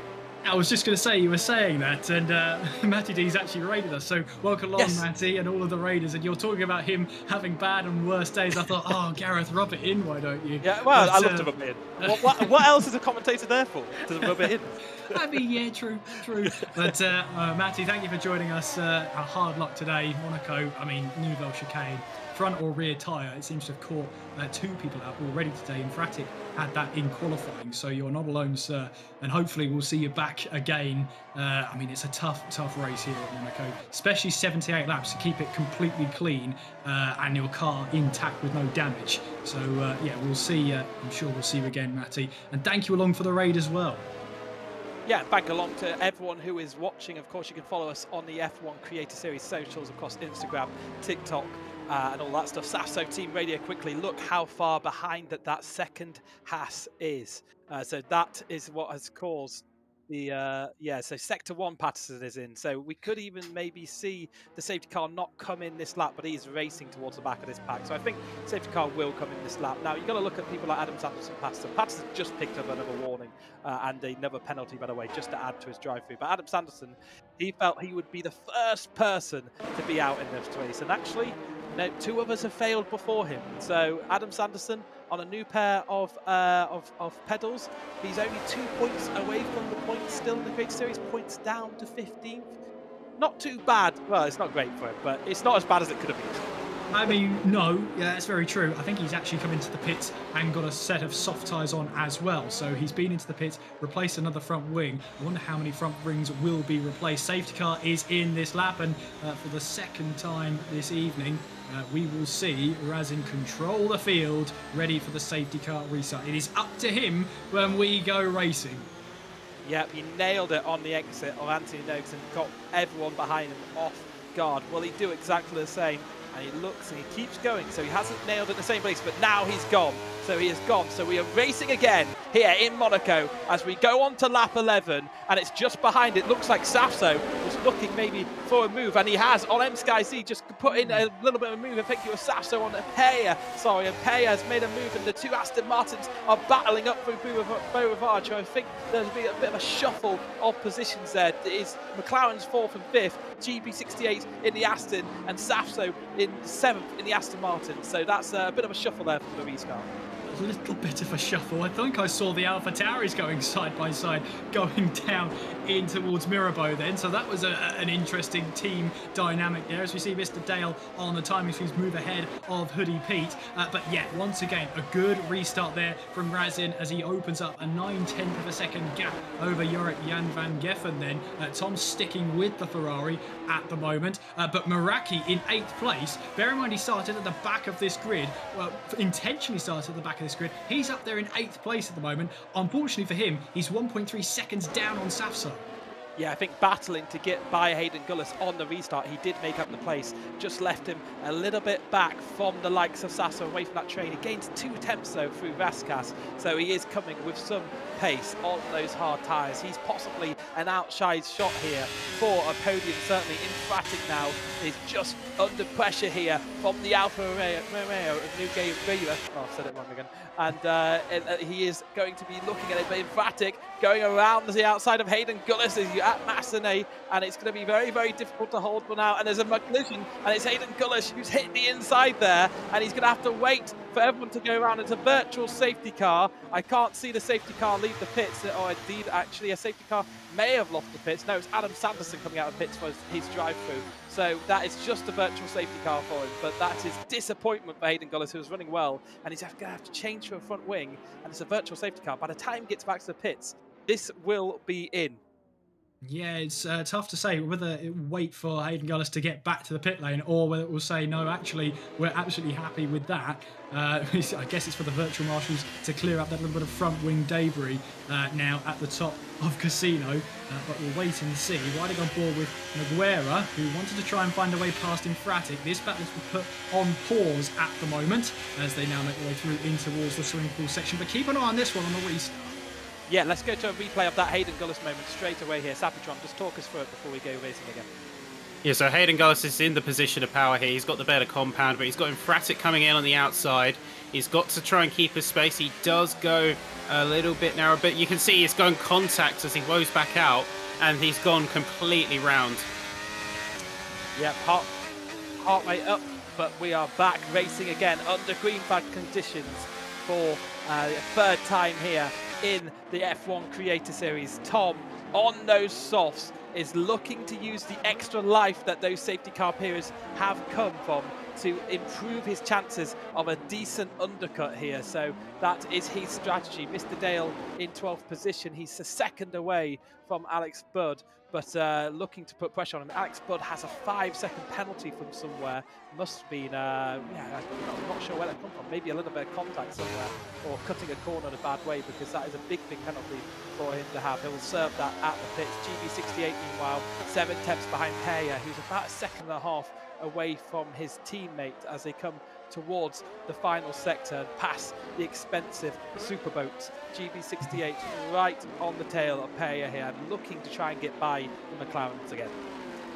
Absolutely. I mean, the Aston Martins, we talked about how that was a great pairing of team here when we were last together in China, Gareth. And, well, they're 6th and 7th right now, just behind the McLarens. And looking to score some decent points here for Aston Martin, the pair of them. They can keep this up. They will see and try and take that battle to McLaren going into tonight's race. We've got side-by-side action coming up the hill. That's Mr. Dale, who is now ahead of Alex Budd. And Mr. Dale up into 11th place, of course, got involved in an incident heading up Beau Rivage a few laps ago. And now moves himself up into 11th place. Yeah, he was looking threatening on Alex Budd, and he's done it. And Kenko is just next up, but he's 2 seconds behind him. Sky Z 6/10 behind Tom now, so he's managed to keep up with his train. GB60 says that he lost a lot of time there, and it's because he almost hit the wall, or did hit the wall, in fact. So GB68 falling away from Peya. After putting a bit of pressure on them. These Aston Martins are on a good position. They'll be picking up 22 points as things stand, and they have got a big eye on that constructors table, because they were so cruelly robbed of it at Spa at the end of last season, of course, with Sasso getting took out of the race during a incident at the Eau Rouge Radion complex. So that is certainly one eye on the championship for him. But GB68 joint championship leader with the man in 4th place at the moment, so he'll hope for a little bit of pace to try and get ahead of him, because they are, of course, going to go for both of them if they are in the running for it. GB68, the man who's done the most races in the Creator Series without a win, most podiums, most whatever, most points without a win, just never quite got there. He did get a win in a sprint race once, but it's 6 second places for GB68, which is incredible, really, saying that he's been here for nearly every single season. Well, he has been here for every single season. He's done a lot of races. So, yeah, that's how it is. But M Sky Z right on the back of Tom now, 4 tenths is the gap, and that's a pair hard from M Sky Z. So this is very optimistic paces. Tom says we're still there, come on, let's get that gap. So Tom is looking to get the gap on M Sky Z here, and just breaking down, but I think it's going to be difficult for him. M Sky Z just looks so tuned in right now, and now Peya is going to join this duo for company 2. Absolutely. We know Tom, ever the optimist, always looking for that little bit of optimism in any race he's in. And the fact that he feels the gap's coming down, well, he knows it can be done. He's tried to save those soft tyres with those safety car periods we have had. Hayden Gullis gets himself a 3-second time penalty for multiple warnings. That's going to be for track limits. Meanwhile, then we see Skyzy just putting that pressure on Tom then as we head our way down in towards Mirabeau, as we head our way onwards towards the Grand Hotel hairpin. We've got yellow flags in sector 3. That's Patterson, who's out of the race, and we have our third full safety car of the race. And with lap 15, we're on to the 16th lap worth of racing. And again, Jorrit Jan van Geffen and Razin, who had been building that 3-second gap over Tom, that gap gets wiped out for a third time this race. Yep, so it's through the entry of the swimming pool chicane where Patterson had that moment. We will get analysis from that, I'm sure, from Sapitron. He's having a busy night. Thank goodness for Sapitron being here. He's filling us up with so much information. Emphatic now. We don't have pace, generally don't have pace. That's so sad to hear. But he is in 9th position, so he has made up some ground from his woeful qualifying position. Now, does anyone go into the pits? Razin Shine Jorrit? No, they're not going in. But will Tom in 3rd position? And he is going into the pits. There we are. So we can go picture in picture that Tom in the pits. And he is looking to get off those softs. He'll join the back of the train. A pair of hards maybe going to go? No, pair of mediums. So in my mind, that is a 2-stop race that he is going to go for. Softs, medium for him. And he's going to take advantage of the safety car, join the back of the line as there's still cars coming through, and yeah, I think that was close there, but yeah, Tom on the exit here. Who else has pitted? So GB68 looks like he's pitted, Kenko too, and yeah, that's very interesting with those pits. I was just saying, Matt Zuvo, thank you so much for the 5 gifted subs. So Matt Zuvo, thank you so much there. That's just 15 total today. Well, yeah, absolutely. Brilliant stuff. Total of 16 in the channel, so fantastic. Thank you so much, Matt. Go give Matt Zuvo some love, and we'll see on that one. But yeah, great to see. Yeah, big up to that one. Producer Rob just said something in my ear and I didn't hear him. Say it again, will you, Producer Rob? Oh, we have Clipbook. There we are. Yes, let's go to Savage Job for the Clipbook. Yeah, well, let's jump in and see what happened to Patterson here. So he overcooks it a little bit in the last couple, and then he just too much on the throttle, loses the rear, tries to correct, and he does a little bit of what we're effectively the Schumacher. That's the wrong rule for the Schumacher. Same difference. I assumed you were talking about like. I produced Job said it was Schumacher. I thought it was Schumacher who had the main person. Yes, but it was famously qualified. So Adam Sanderson has beaten in this race. So he can confirm. So he's not doing well. He's in the points. He gets 2 points at the moment. And that is the further points in the end on one racing sport. He's done well in the F2 championship. But he doesn't have his 3-second penalty at the moment. Actually, so. This has been a busy time. We are 3 safety cars in. We can only have 3 more safety cars due to the limitations of the game. So,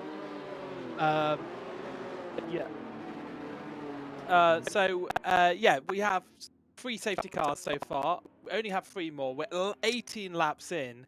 At this rate, we'll clear the safety car quota, let's say, by the midway point and have a flat out end to this race. But again, Rasenshine and Yorick caught off guard.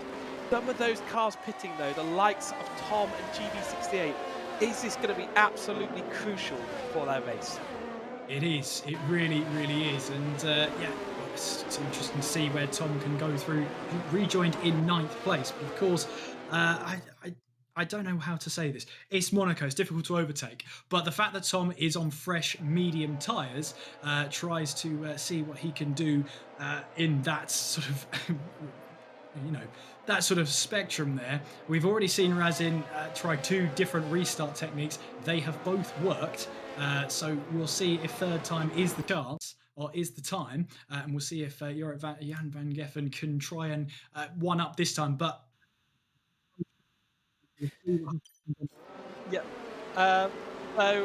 the technical issue GP is what Speedy in chat has said, and let us know if you can hear us again. And we're just batting some gremlins in the background. I think we're doing it every week now. I think it's part of a kind of challenge, Creator Series challenge, have some kind of technical hiccup every week.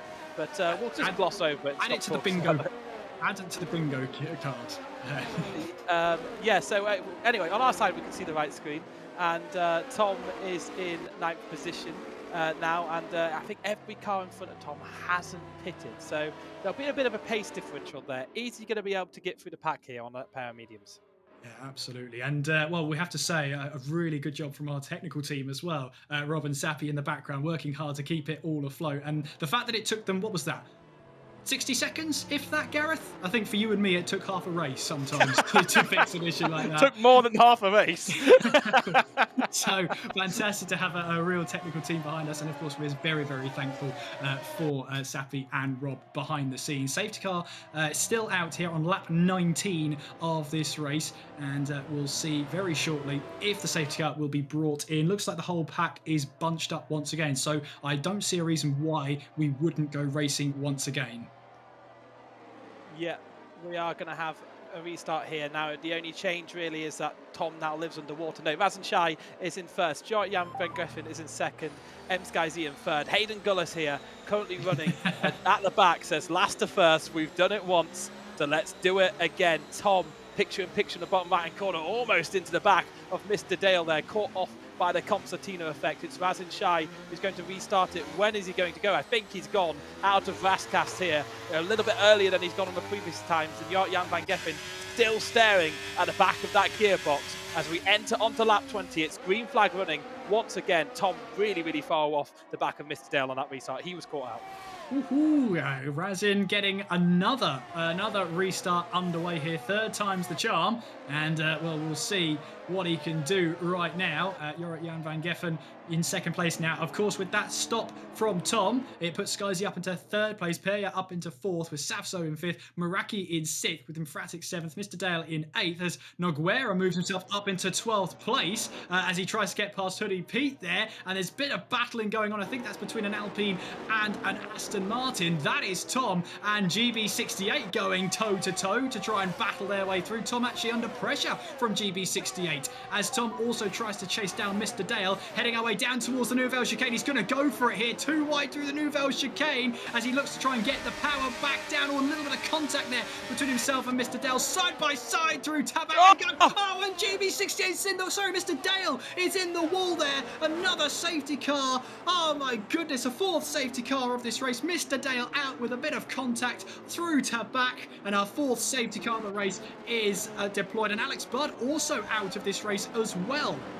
I think Alex Budd crashed into the stricken car of Mr. Dale on the exit of Tabac there, and that is, it was always going to end up in tears. That they were getting very, very physical, and Tom all over the side of Mr. Dale. We've already seen Mr. Dale in the wars with Adam Sanderson earlier on, who's in 15th, and I think again has been in the wars himself. But that was always going to end in tears. They do make ground, Tom and GB68, but Hoodie Pete is coming to pits as well for the Williams. But it's 14th position for Adam Sanderson. Tom on the radio here. Wait, did we kill Dale? Well, you did take out Dale a little bit there, Tom. It was always bad. He did have the inside line, but I think it was actually GB because the issue. Of course, we'll go over to analysis of that as soon as we have it. But that was that's very sad for Mr. Dale. He's always so good in qualifying, and then the race just seems to not be good. Mr. DNF JE. Yeah, absolutely. We will see what happened there once we get Sappy on the case. He's really good at getting those quips very, very quickly. In fact, I think he's got it right now. Sappy, take it away with the analysis.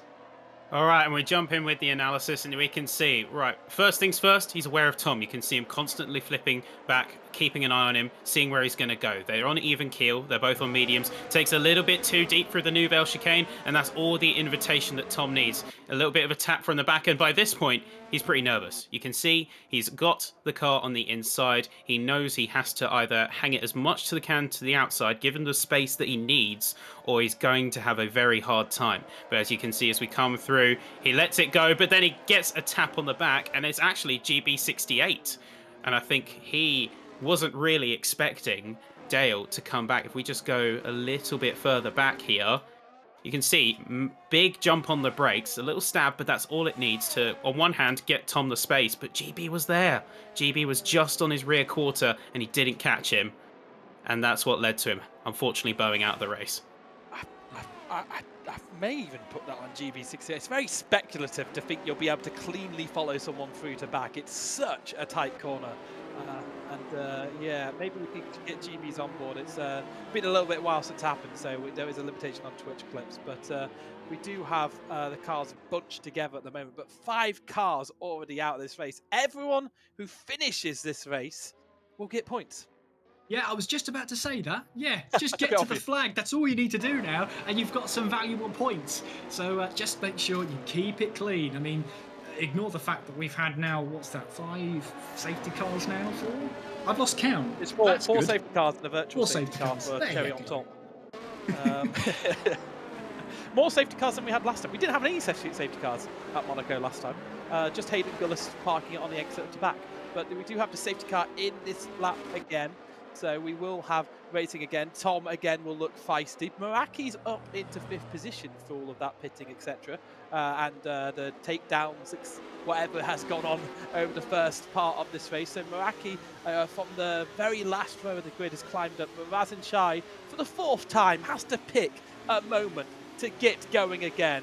And he's just trying to put a bit of heat into those mediums that have done 22 laps of running, and now as he crosses the DRS line, he puts the power down, but it is Tom in the background, which is looking a little bit closer than he has been before, and it's actually GB68 who's close as well. Jan van Geffen has fallen down the order to 11th. What has happened to Jan van Geffen?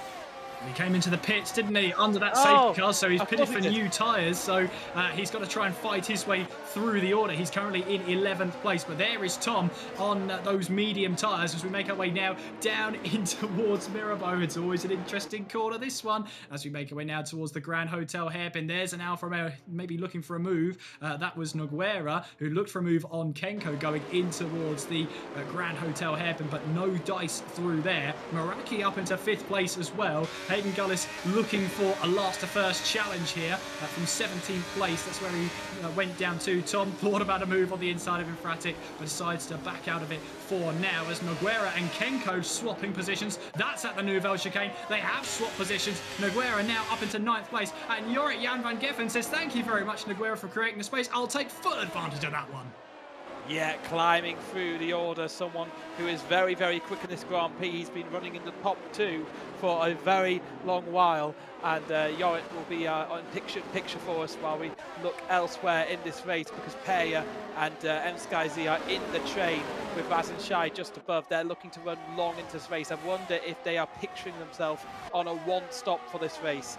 We'll see how it transpires. Meraki not too far away from the back of Safso, also for 5th position, and it is indeed Tom looking to the inside of Infratic and thinking about the move at Mirabeau, and that will lead them too wide into the hairpin. We've seen a bit of bumper cars. The Ferrari just gets tugged underneath the rear wing of Meraki there, and that has given Tom that position. A very late lunge into Mirabeau gives him the position out of the hairpin.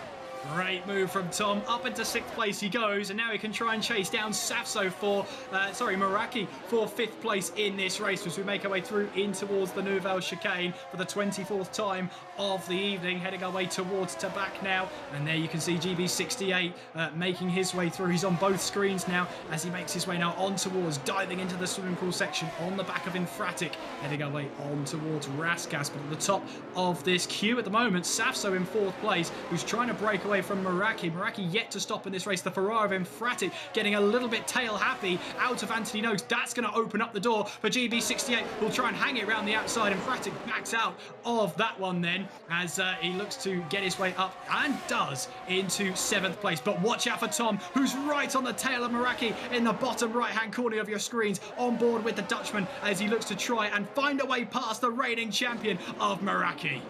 Yeah, he has made moves already in here. Meraki knows how to defend, but Tom looks to the inside line, but it's a bit of a speculative move for the Alpine on the Williams, and the Williams of Meraki now can hold that position, but if they fight too much, they'll start to lose the train of the car in front, who is Safso, who is 4th in this Grand Prix, yet to pit.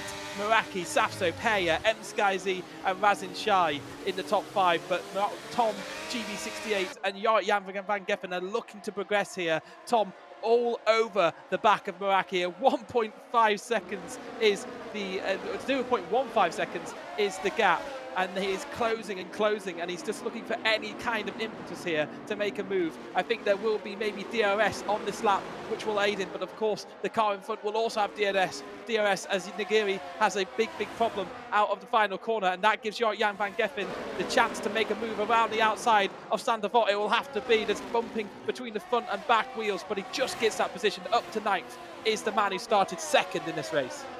That's a great move there, Infratic.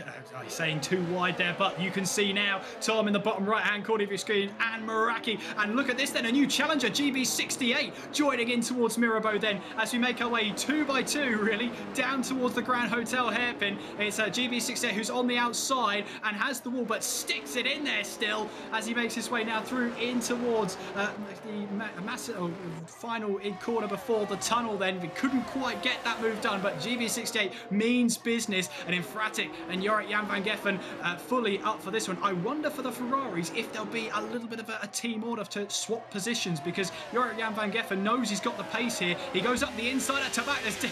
I don't know if there were team orders there. I have no idea, but Jorrit Jan van Geffen has got past his teammate in Infratic. What a place to swap positions though.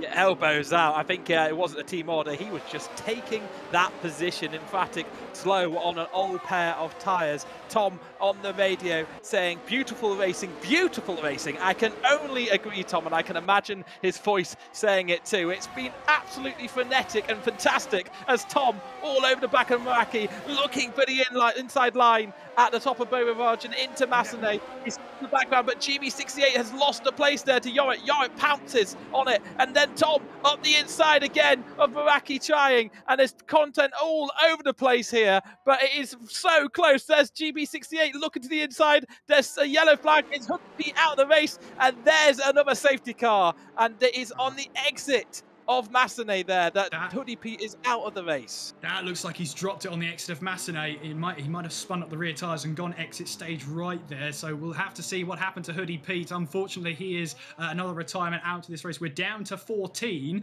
and now this is going to be, well, let's see what happens with the pit stops then. We're on lap 27, and I would have thought Razin, Skyzy, Perya, Savso, Meraki, they've surely got to, think about pitting, especially those medium tyre runners. We'll have to wait and see. Yes, Razin into the pits then to get rid of those medium tyres. Skyzy follows him in. How about Perya? Well, they'll have to double stack if that is the case. It won't be so much of a problem under the safety car, but that means then Tom is going to be in the lead of this race then, and Kenko gets a drive-through penalty for speeding under the safety car. Jorian van Geffen is second place then. GB68 is in third, as we see then the Mercedes leaving the pit lane of Razin. So where will he rejoin? Let's have a look at those timing screens. Looks like it's going to be 6th place then. So not a lot of positions lost there, but I can't believe I'm going to have to say this again.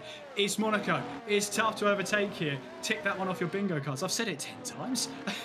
Change your front wing as well for Kenko. He's also going to serve a penalty as well, a drive-through after the safety car for speeding underneath it. So we'll have to see what he can go at that one. But another safety car, but it is Tom who leads the way. Yep, and we can once again go to Sapitron for the clipbook, who has been so valuable today. Our MVP, talk us through this incident. Well, there's not really much to be said on Hoodie P's front. You can see he's trying to make up some lost time. He's got about 2 seconds clear on Chesnoid, or 2 seconds up, I should say. Just what we see here is a classic case of a little bit too much on the throttle. It goes over the crest, out of the right-hander, and he's lost the rear, so he goes full throttle into the exit, and when you drop off, these things are aero monsters, but they can't protect you from a little bit of a decline. So, a bit too much on the throttle, loses it, and he's straight into the inside wall, unfortunately.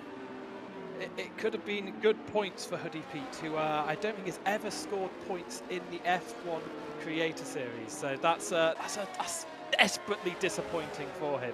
I'm sure we'll see him in the F1 again. We'll see him in the F2 next week. But yeah, 14 positions remain. Adam Sanderson. We're going to Adam Sanderson every safety car. I'm making it a thing. He's in 8th position. This is fantastic for the face of Devon Butler. Go on, Devon. Go on, Devon.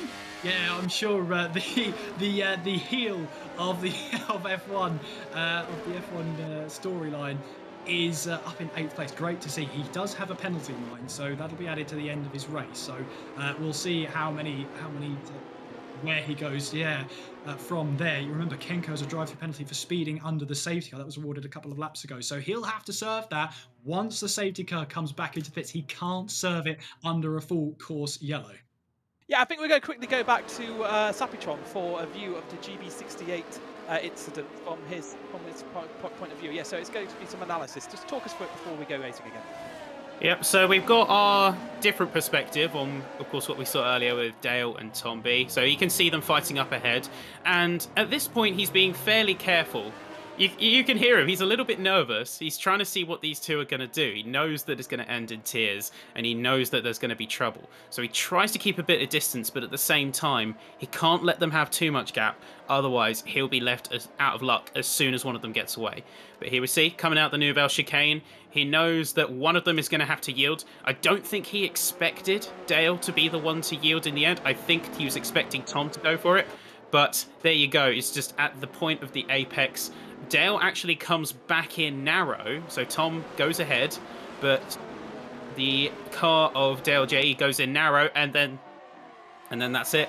It just doesn't have anywhere to go, unfortunately. Thank you, ma'am. That's it. Well, we are racing again anyway. Thank you very much, Sapatron, for filling that time. But we're racing again. Tom leads the Grand Prix after that early pit stop. He was running third, but he took full advantage. Jan van Geffen is back into second. GB68 up to third here as we climb through the first sector and start the second sector now at Mirabeau. Nagiri also up to fourth, but I think he's yet to pit. So is Chesnoid Gaming yet to pit as well. So they have gone very long on their stints. But Tom leads the race for the second week in a row. Can he make it back-to-back wins in the Creator Series? Yeah, there's something about street circuits, and Tom, isn't there? There's a good chance there. Still a long way to go, of course. 49 laps of racing still to go, 48 a bit if you're picky, as Razin looks to try and make good on fresh tyres as he looks to try and find his way and fight his way back through the field. Chesnoid Gaming is up first as we make our way through in towards the swimming pool section now. And let's see what he can do. Chesnoid Gaming is already a second down on Noguera in this battle for fourth place. And there is a move up the inside for Razin, then up in towards Anthony Loads. It's so close between them through there. They managed to keep it clean. Chesnoid Gaming having to defend there. Razin looking for a move then in towards Sandevot. And no heroics displayed through there. Skies, he was also looking for a move as well, looking to capitalise on any mistakes that happened up ahead. But Chesnoid Gaming now is looking to just defend that position for as long as he possibly can. Yeah, he is doing a very, very good job of it. Well, of course, on those older medium tyres, it's put himself up the standings here, but he is doing well. I think when DRS comes along, that will be just enough for Razin Shai to get by, but he's losing heaps of time to the cars up ahead. The strategy has not been good for him so far. Let's see if it works out. We will only have one more safety car maximum in the race, but Razin Shai all over the back of Chesnoid. He looks to take the outside line, and I think Chesnoid accepts that place is gone. Let's now focus on the championship leader behind me, M Sky Z in the McLaren. Razin Shai chasing down his first race winner of the season. He will be catching up with the back of that Alfa Romeo. GB68 has Yorit in front of him, and GB68 is someone who's worked these strategies so far to good effect, but he's got Yorit in front of him, someone who has won on the streets of Monaco in the Creator Series before. We have DRS enabled, so next lap DRS will help aid those overtakes that we're waiting to see.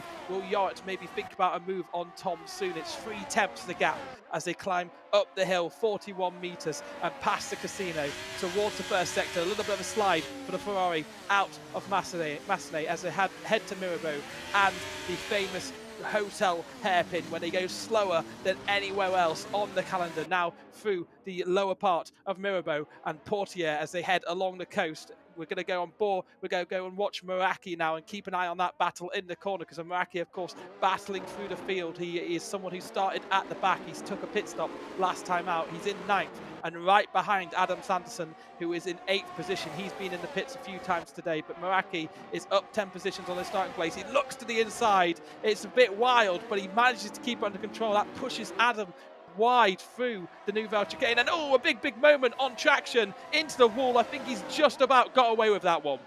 Yeah, I think he just about did. He lost a couple of positions there, but at least he's kept it facing the right way, and looks like he's got away with any damage as well. So we'll have to keep an eye on him. And there is Jan van Geffen down the inside in towards Sandevot and takes over the lead of the race. So Jan van Geffen, who started this race on the front row, now finds himself at the front of the pack here at the Fan Vote Grand Prix.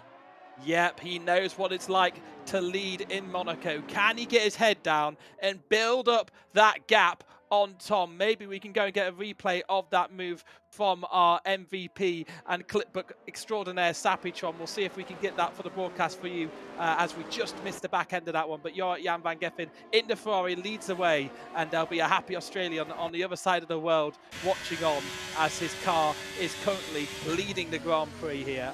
But Nagiri is still sitting there quite pretty behind GB68. He's been able to keep up the pace with GB, so he's sitting quite well. Currently, 4th position would be the best place he could make. Meraki has now made moves as well, so he's in 7th position for the Williams, and he is climbing himself back up for the order. Of course, the Season 4 champion started on hards, now on a pair of mediums, has a bit of free air in front of him. Let's see what kind of lap times he can pump in, and I'm sure we'll see some fastest laps as well from Yoit coming up very, very soon. Yeah, definitely. We'll see how quickly he can be now that he's got that clear air. Raz in 5th place at the moment. Nogueira is also looking to put the pressure on GB68. Nogueira, who came into tonight's race, I believe 8th place in the driver's standings. What a strong haul of points this would be if he can keep a hold of it. Safso's got a pass on Chesnoid Gaming as well. So the Aston Martin moves up into 8th place. Keep an eye on Perya, who'll be looking for a move there. Chesnoid Gaming is trying to defend for his life there for 9th place,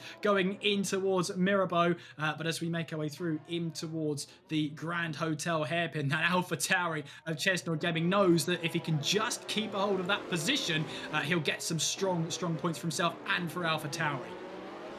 Yep, he just needs to hold on to that position in that Alpha Tauri. Chesnoid Gaming falling down though a little bit. He just needs to keep that defense strong. We do have a replay of that moment where Tom was passed for the lead here, so we're going to see it. It was along the main straight. Tom was defending for his life here, but DRS open, and Jan van Geffen looked for the inside and cleanly took that one. So that is a pass for the lead of this race. Jan van Geffen, who is now first at the moment, and he's took a 1.8 second gap out of Tom over the last couple of laps. GB68 also falling away from the Alpine, so the Alpine back to his Season 3 form.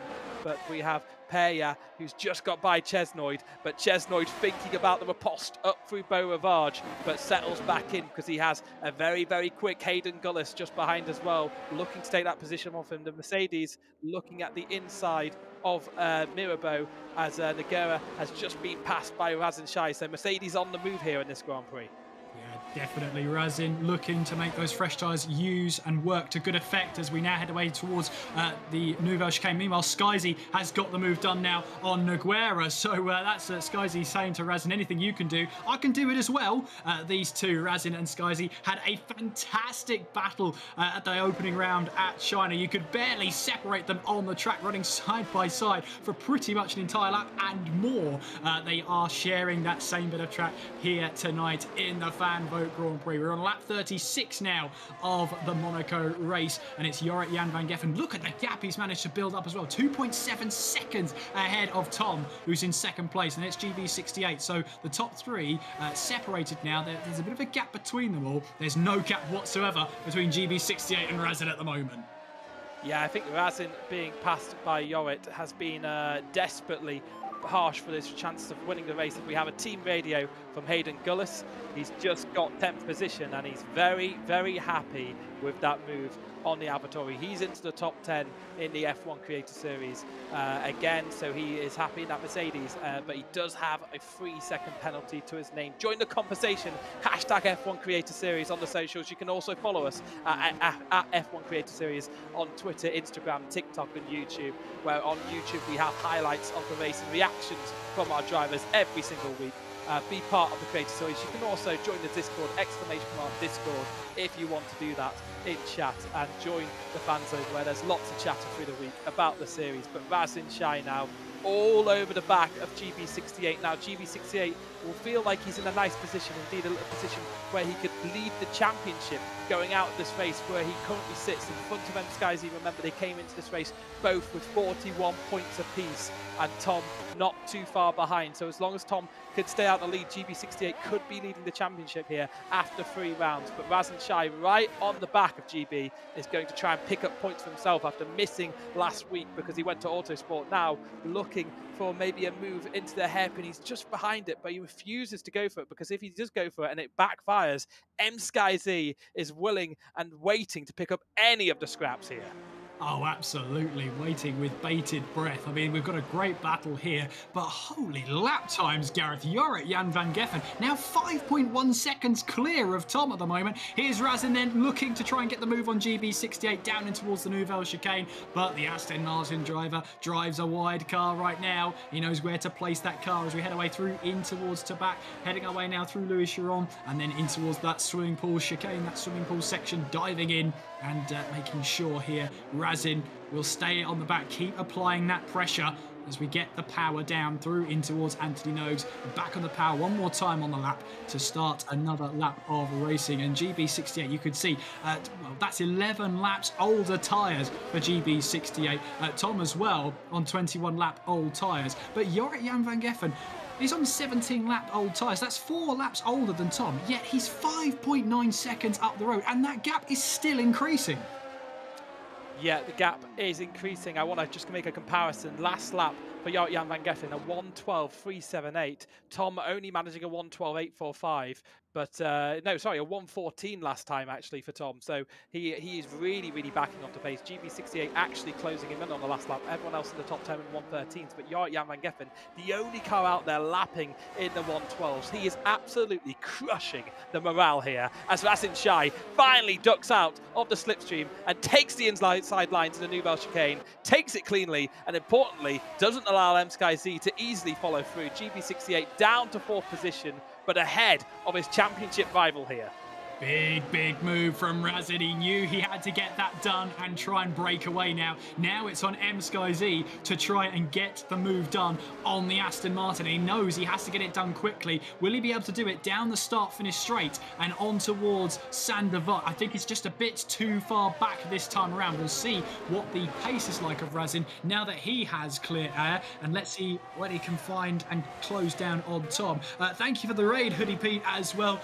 Sad to see you out of that one, unfortunately, just losing the back end going through this corner in particular we see of GB68 through Casino, and unfortunately meeting the wall. And Tom reporting on understeer, but he thinks GB has the same issue, and that's due to the age of the tyres. They are just, starting to get towards their best before date. Yeah, Hoodie Pete saying, I'm gutted. Well, I am also gutted to see you out, Hoodie. It would have been good points for you, of course. But GB68 and Tom, yes, suffering a little bit out there. And Razin Shai has just cruised up to the back of Tom. But GB68 under pressure here from the Frenchman of M-Sky-Z. And the McLaren driver is all over the back of him. Just couldn't quite make that position. GB68 maybe a bit more elbows out to keep him behind. But he doesn't want to get his elbows into the wall there, because that could cause wing damage. I think he just about got away with that one, but you can see how hard he is pushing. He's making contact with the wall, and he's doing everything to keep M-Sky-Z behind. But M-Sky-Z on newer tyres will surely be able to make a move soon. Will it be now? He has the DOS. He's looking to the outside, but Razin Shai has got through the Dutchman of Tom. Last week's race winner is down to 3rd position here, and Razin Shai now has 8.6 seconds to close down Jorrit Jan van Geffen, but he does have newer tyres. So that means that there's a half a whisker chance of closing down that lap. It's going to be crucial the next few times. It was a 1:12.960 for him last time out with that traffic. That was only just off the Jorrit pace, so maybe he can close that gap down. 39 to go, 38 a bit if you're picky. It could happen, you never know.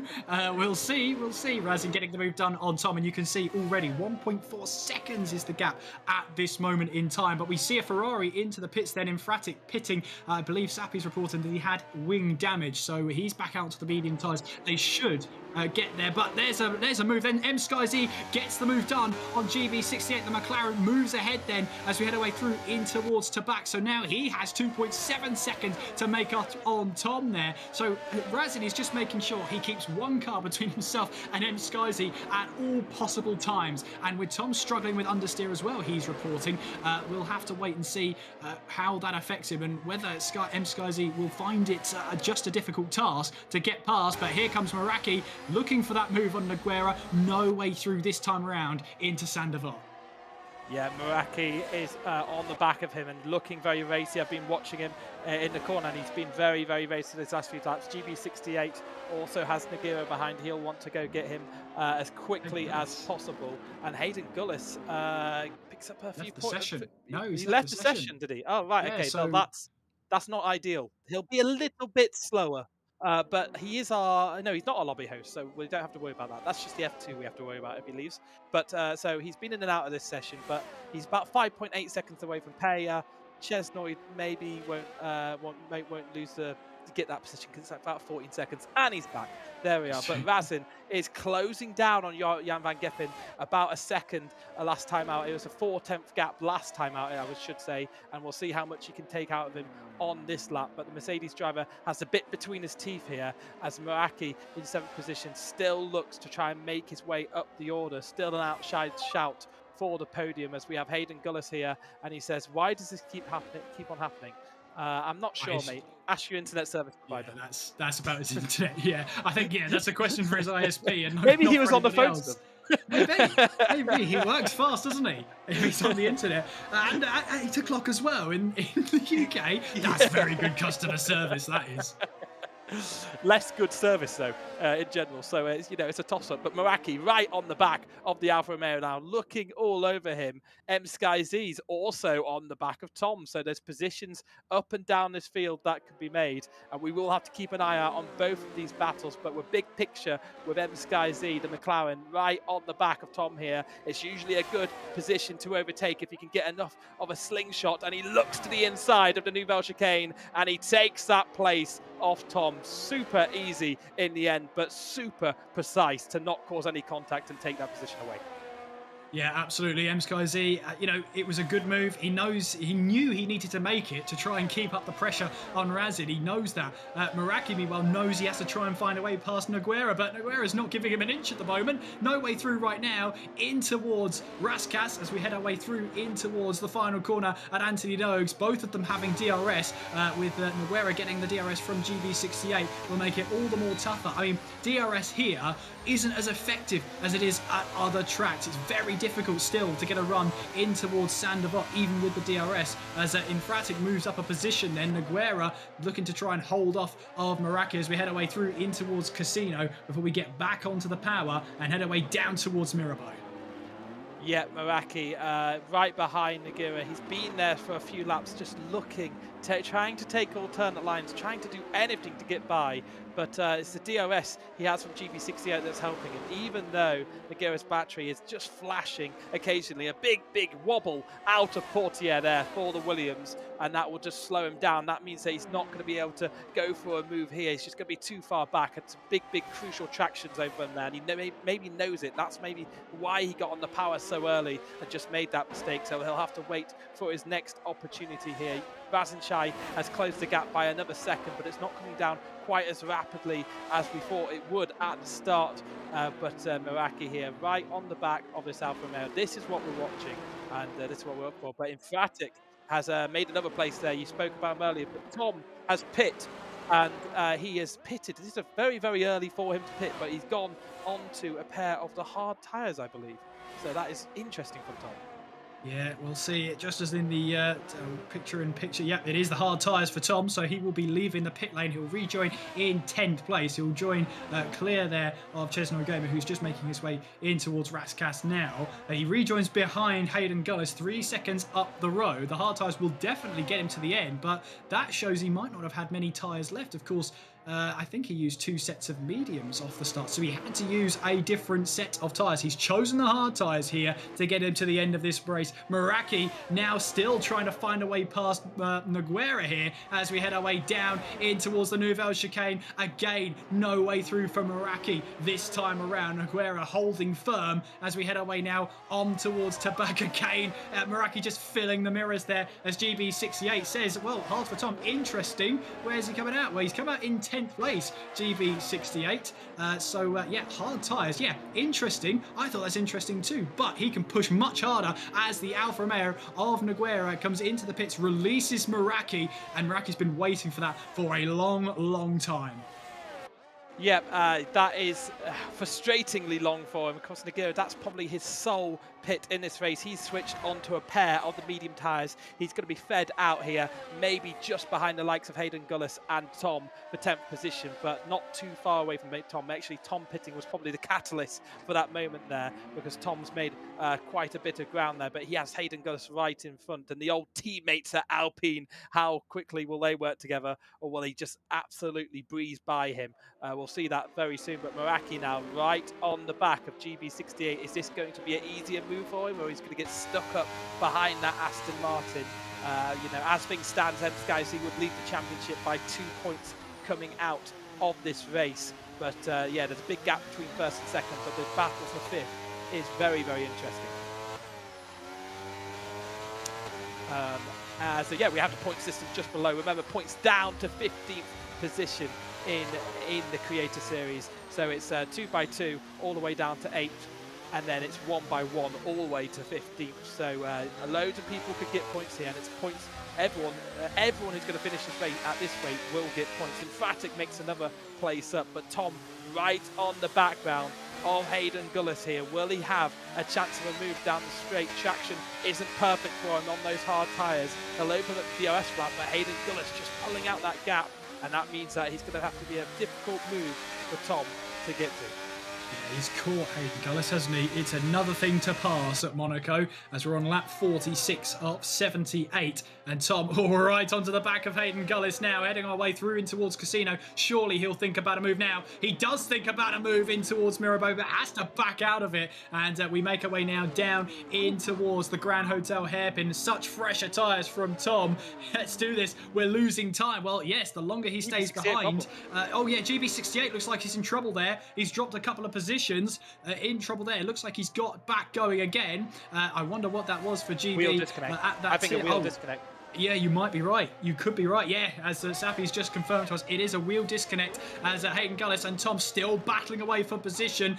Further down for 8th place, Hayden Gullis still ahead, going through to back, and Tom knows the longer he's behind, the more time he's losing. Yeah, I want to get a view from Meraki, because that was scary.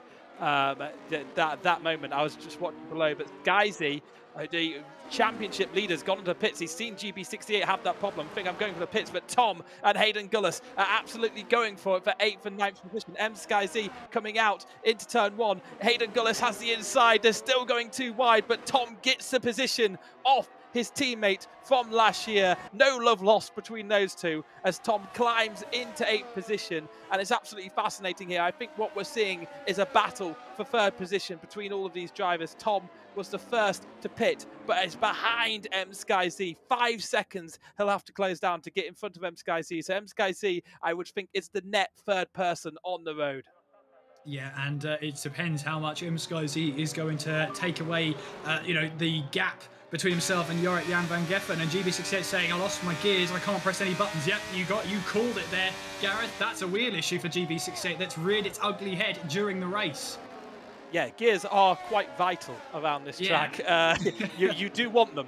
Yeah, that's difficult for him. He was running well in front of Meraki, but an absolute gift for Meraki, but I think he got really caught up behind him. So I'm interested to see that. But Peya into the pits now, following what his teammate did last time out. GB68 gets back 5th possession thanks to it, but MSkyZ, who's now tucked onto a pair of mediums to run the rest of his race, we'll see how he's doing. But Hayden Gullis and Tom, who's this? Nagiri on Hayden Gullis. I'm getting his name wrong still. Producer Rob just sighed in the background for those watching. But yeah, he's in 9th position, all over the back of Hayden Gullis. And yeah, Hayden Gullis fighting with Tom has cost him maybe a bit of pace. Oh, look at that. Shows him a dummy around the outside of Mirabeau and then sends it on the inside. That is sensational from the Portuguese driver. I mean, he got his elbows out there, didn't he, going in towards Mirabeau. Meanwhile, that's MSkyZ trying to move on GB68 and down in towards the Nouvelle chicane. Not really a lot GB68 could do to defend that one. And MSkyZ moves himself now up into 5th place. And that's crucial and critical in the Constructors' battle, because now MSkyZ has 3.5 seconds to catch Safso at this moment in time. Emphatic Team Radio, if I can continue this, can I actually catch him? Well, he's talking there about Peya. So 7.8 seconds down at the moment, and we ride on board with Infratic right now. And of course, unfortunately, it all stems from qualifying, where he tapped the wall and a virtual safety car has been deployed. Now, who is that? Who's running the trouble? Let's see. Chestnut's getting running slow. It might have been Kenko as well. We'll keep an eye and see if there's any damage to either car. It's just like Chestnut going slow through the chicane. The front wing of Chestnut came absolutely fine, so he might be there. And the front wing of Kenko, I can't see any prevalent damage. So we'll have to wait and see if either can repeat him. Chestnut's in. That's basically that. Of course, we hit him. It has that moment. See if it's just quick. You can go pick up.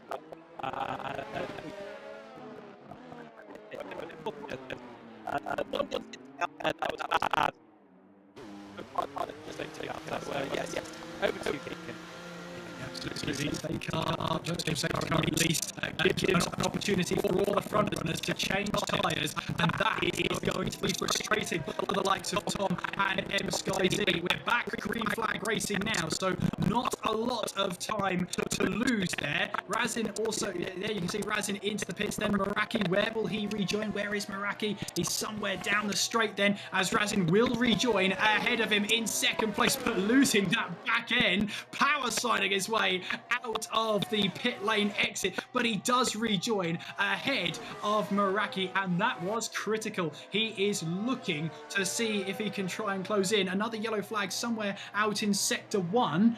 We'll have to wait and see who that possibly was, but it's cleared now. Adam Sanderson as well, under that virtual safety car, is well, he lost that front wing as well. I did see him front wingless, and there's only one Red Bull still in this race, so Adam Sanderson would have pitted in, changed that front wing, but Skyzy and Tom will be cursing their luck because they pitted in hoping that there was going to be no more full course yellows, but for Razin, that's fallen perfectly into his lap, and he will absolutely love that one. 7.5 seconds between himself and Jan van Geffen.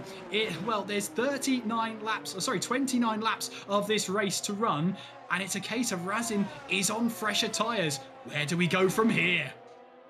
Yeah, very interesting. We're just going to have a quick stream restart to try and fix our audio issues here. But Razin Shai is in first position. I'll just give you a run through the order with Razin Shai in second position. Sorry, Jan van Geffen in first. Meraki is in third. It's Safso in fourth. MSkyZ in fifth. GB68 in sixth. And there we are. We have pictures again. Hopefully we sound better as well as GB68. Safso, sorry, going for a move with MSkyZ. And I think MSkyZ just getting the better of that one. So MSkyZ in fourth position here. And that was a bit of a scary moment there. Yeah, a bit of a scary moment, but MSkyZ's got the move done. He knows again he has to get his way through, and you know, he did. That was the most important thing. He changed those tyres as well as we head our way through, and we'll see what he can do. The two Aston Martins as well, 5th and 6th right now. Perya down in 9th place, so it looks like advantage slightly to Aston Martin in this race, but not if Tom has anything to say about it. He's looking for a move once again on GB68, but no way through in towards the Nouvelle chicane. You can see much fresher tyres for Tom, the Dutchman, as he looks to try and find his way past the Aston Martin. Through Tabak we go, and GB68 and Tom having maybe flashbacks of Tabak of 30 laps to go, but they make their way through clean as a whistle in towards Raskas, and you can see fastest laps lighting up the timing screens then, and we have an Aston Martin in the pits. It's Safso who's pitted in from 5th place, so he'll lose a couple of positions here, and we'll see what happens from that point onwards. Side by side we go in towards towards Sandavot there, and GB68 and Tom do collide. Tom's lost a part of his front wing on the left hand side of his car, and well, the only option really for him now, if he wants to hold on to that position maybe, is to stay out, but that looks like understeer central from Tom now.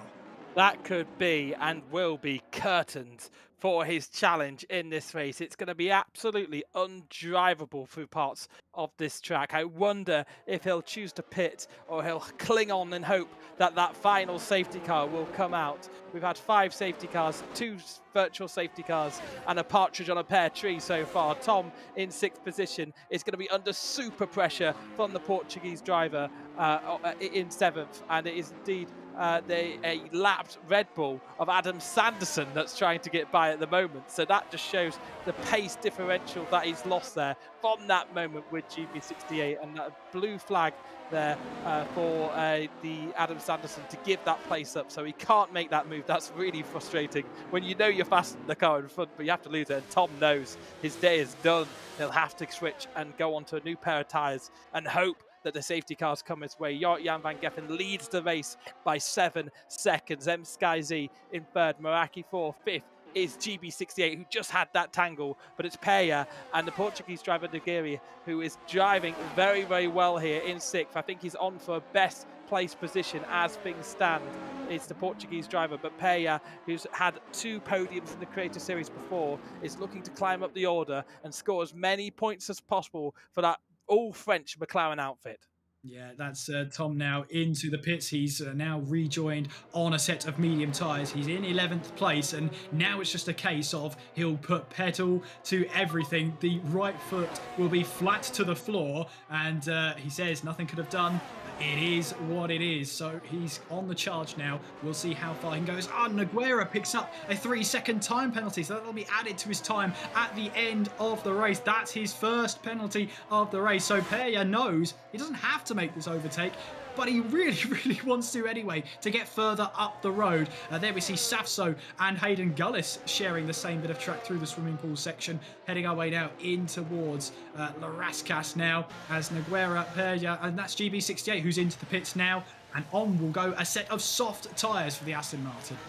Yeah, he is looking to sprint to the end here and close down as much as possible. But that big moment in the tunnel with the wheel disconnection has caused him a lot of issues here. Tom, who's rounding out the final corner, is going to be behind the Aston Martin driver, is he? It's going to be very close. I think, actually, yeah, GB68 is fairly up the hill here at Beau Rivage. So GB68, the gap being about 7 seconds between those two. And yeah, so GB actually pitted to avoid Tom, who was coming quite quick there. So that's understandable. But on those softs, can he close down the cars ahead? Yes, but he's going to find it difficult to overtake once he catches, because the softs won't be at their best.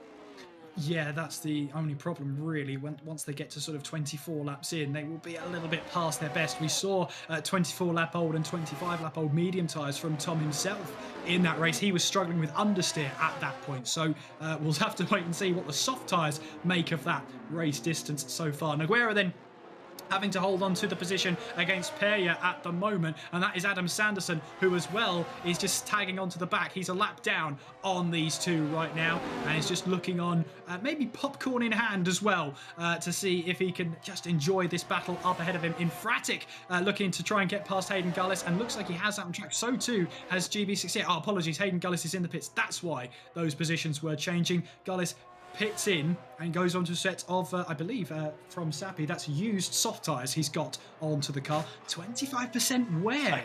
That surely won't make it. Yeah, he has. Yeah, that he has been Jeffed, hasn't he? That is very, very unfortunate for him. I wonder if he'll have to come back into the pits. He'll certainly be hoping for another safety car or something that could bring him back into this one, because he's going to find it so hard to get any grip out of those ones. That is very unfortunate. Peya still tucked up behind the gearbox of this Alfa Romeo. Great shot as I went through the Nouvelle chicane. You get to see how much better Peya is through the corners, but as we say over and over again, just the walls are so close, there's so little space, it's so hard to overtake. But Peya, if he can get a decent drive out of Anthony Noakes here, surely he'll have the DRS and the battery to go for an overtake. Nogueira over to the right, weaving already. Hayden Gillis team radio, we'll come to it in a second, as Peya goes around the outside. There's contact between the two, and the Portuguese driver just about manages to continue forward. Hayden Gillis says that wasn't ideal. Of course it wasn't, but that was a fantastic little scrap there for 5th position. It really was. I mean, a little bit of contact on the back there, but we shall see how it all plays out. Nogueira still trying to find the key to keep Sapso behind right now. He's also got one eye on Perya up ahead as well as they head their way now, coming towards Portier and making their way through the tunnel. Razin, meanwhile, at the top of the order, is slowly chipping away at that gap between himself and Jorrit Jan van Geffen. 5 seconds is the gap now, and there's still plenty of this race to go. 22 laps still to run in this race. The gap's still going down in Razin's favour. Well, it's 5/10 gained on the last lap alone, so that will be about 10 laps, and we'll have a battle between those two. Jan van Geffen and Razin Shai actually having some audio issues at the moment, so M-Sky Z may be able to come down. Hayden's pitted to scrap those bad tyres that were put on him, and he's well and truly out of the order now. New softs, 3 seconds behind Chesnoid Gaming, both of them on penalties. Safso has got past the Portuguese driver into turn 1 now, and there's a Red Bull, Adam Sanderson, wanting to unlap himself. He's looking very, very racy, as there was a fastest lap from GB68, a 1:11.65 for him. So GB68 looking to make amends for those issues that came earlier. But Razin Shai now 4.6 seconds is the gap. So that is just tumbling down. And could we have an absolutely thrilling end of this race, a grandstand finish to this race? Oh, absolutely. I'm just keeping an eye on the, Sokol's battle between Nogueira and Adam Sanderson. And Infratix saying Hayden's going to catch me. Wait, he's pitted? I assume that's how he said it.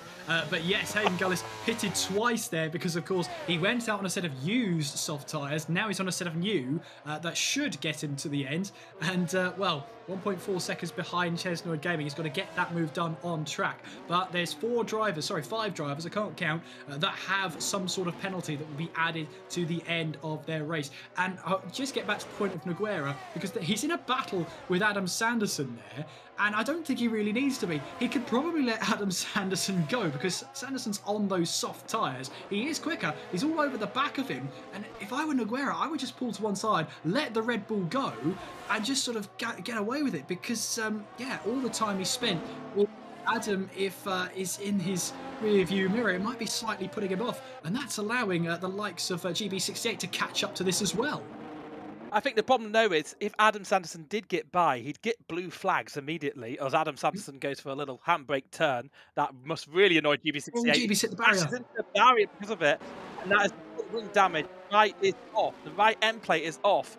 GB68 will be so frustrated that Adam Sanderson did get out of the way there, because that little handbrake turn has cost GB68 massively. Remember, he was joint leading this championship as he came into the race, and he's going to fall away. Adam Sanderson locking up into the Nouvelle Chicane, so just getting involved with it too much, and Nagiric actually keeping him behind has helped him overall. And Tom has a time penalty here, so a little consolation to GB68, who will have to pit, and I think he may be out of the top 10 positions after that pit.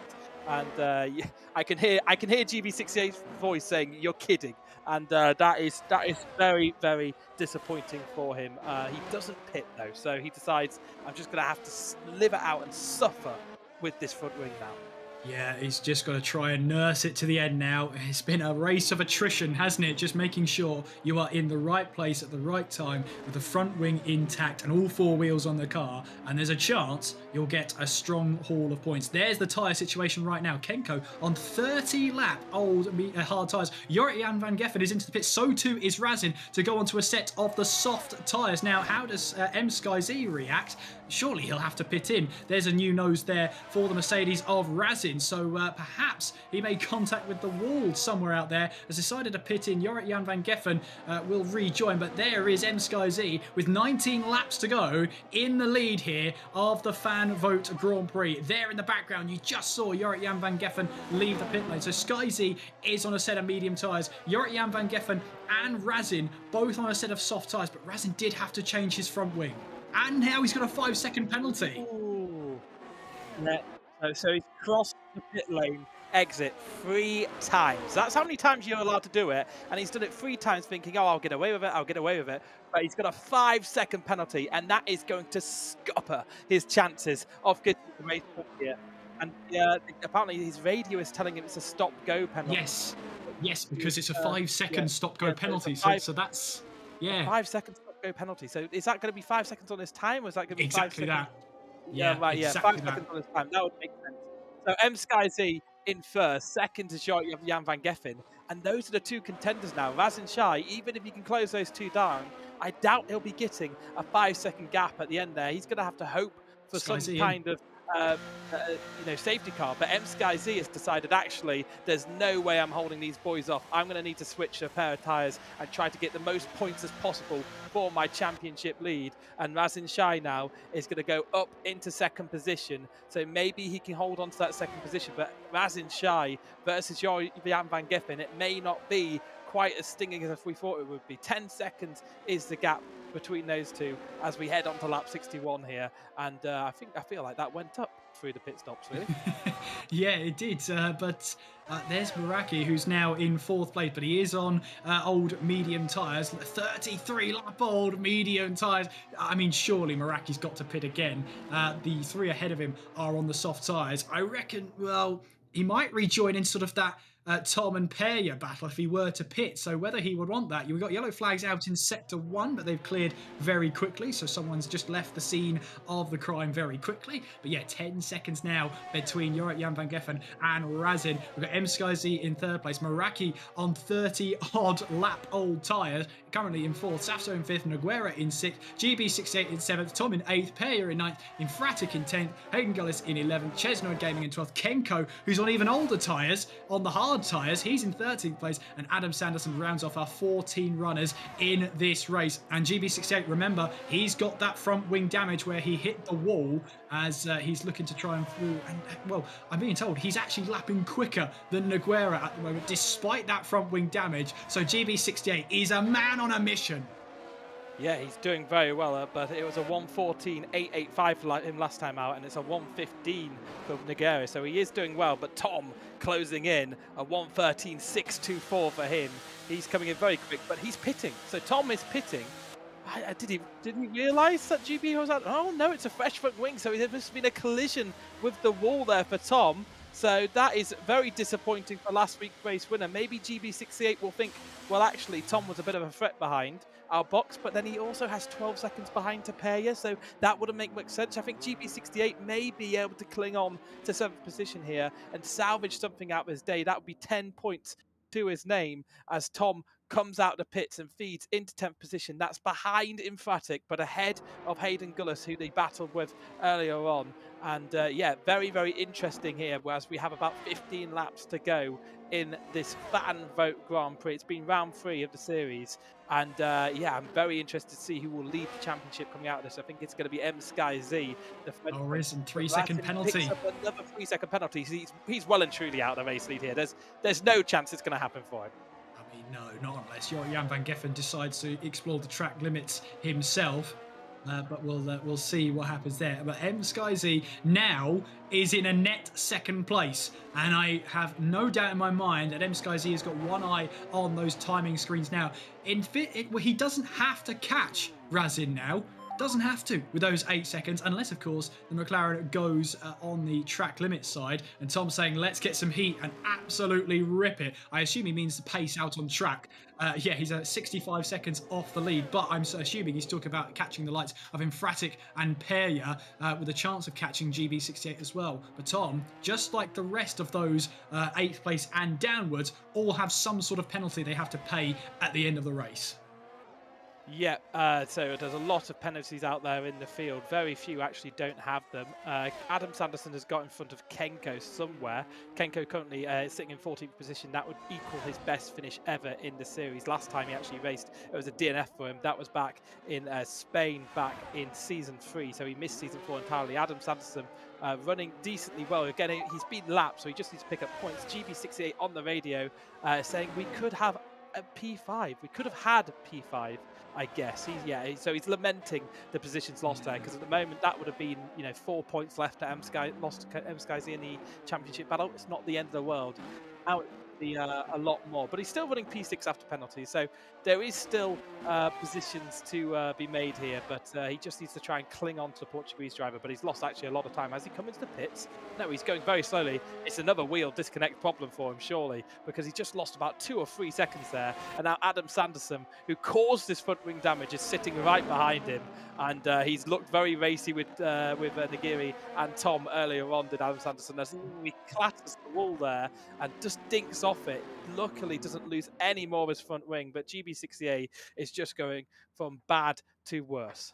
And Peya's just sizing up as well. He's 1.7 seconds behind, and you can see in the same bit of track now. So that will be Adam Sanderson getting, and you can see diving exit stage right to obey the blue flags. But that's allowed Peya to basically find his way through, riding on board with him as we head away now in towards the Nouvelle Chicane. Also watch out for Meraki and Safso, because they are not very far apart either. So 2 great battles to watch. Here's Safso then looking for a move round the outside, going in towards turn 1 here, and there's a little bit of wheel banging there. Meraki manages to hang on to the position, but he is on such worn tyres. Must be at least 35 lap old tyres he must be on now. And Safso, it looks like he's on fresher tyres, and we'll see there, we're scrolling through. Yeah, you can see it's about 20 odd laps difference in age of tyres. Nogueira on the 29 laps, that's the second oldest in the entire field. But yeah, Meraki having to cling on to these positions. 37 lap old medium tyres. He might enter puncture territory in the next 10 laps or so, but he's going to try and hang on to this position against Safso. Yeah, he's going to try and cling on as much as possible. Safso looking for a good finish in the series. He's not had a podium in a while. I think he's a little bit far off of that one, but looking for 4th position, which was the best finish he had back in season 4. Peya did make it past his teammate down the start-finish straight. GB68 knew the ghost was up, just pulled to the left and let Peya have that position. He's just fighting and minimising the time loss for him. But Safso again, right behind Meraki, the Season 1 champion versus the Season 4 champion. Around the outside into turn 1. Meraki shows him next to no space. They get into it and up through Beau Rivage. They live to fight another day here, but that is very, very tasty between the two. And Meraki is just all over the place. You just feel like the move is coming, but the longer it doesn't materialize, Safso is going to maybe cause an incident. And of course, there's Chesnoid right behind on fresh softs, just thinking, I've got such fast tires, get out of my way, you are ruining my race. Absolutely, but what I will say though is it does take 2 to tango. Meraki and Safso now heading into the tunnel now as we head away on towards the Nouvelle Chicane. Safso surely sizing up this move, looking for the inside, trying to switch to the outside. Still no way through. These 2 ex-champions battling away now for 4th place in this race. Meraki on 36 lap old tyres, 37 perhaps, but there's no battery at the moment for low battery for Meraki. You can see the red light flashing away as he tries to recover and harvest some energy. Safso tries to leap on the opportunity, coming through the final 2 corners. Back on the power we go then, and another opportunity for Safso. The red light flashes, and this is Safso knowing there could be an opportunity here. No, he backs out of it this time around. Not a chance that he had that chance there, but going up by Rivage again. Safso filling the mirrors, darting left, darting right as we head away now in towards Macedon.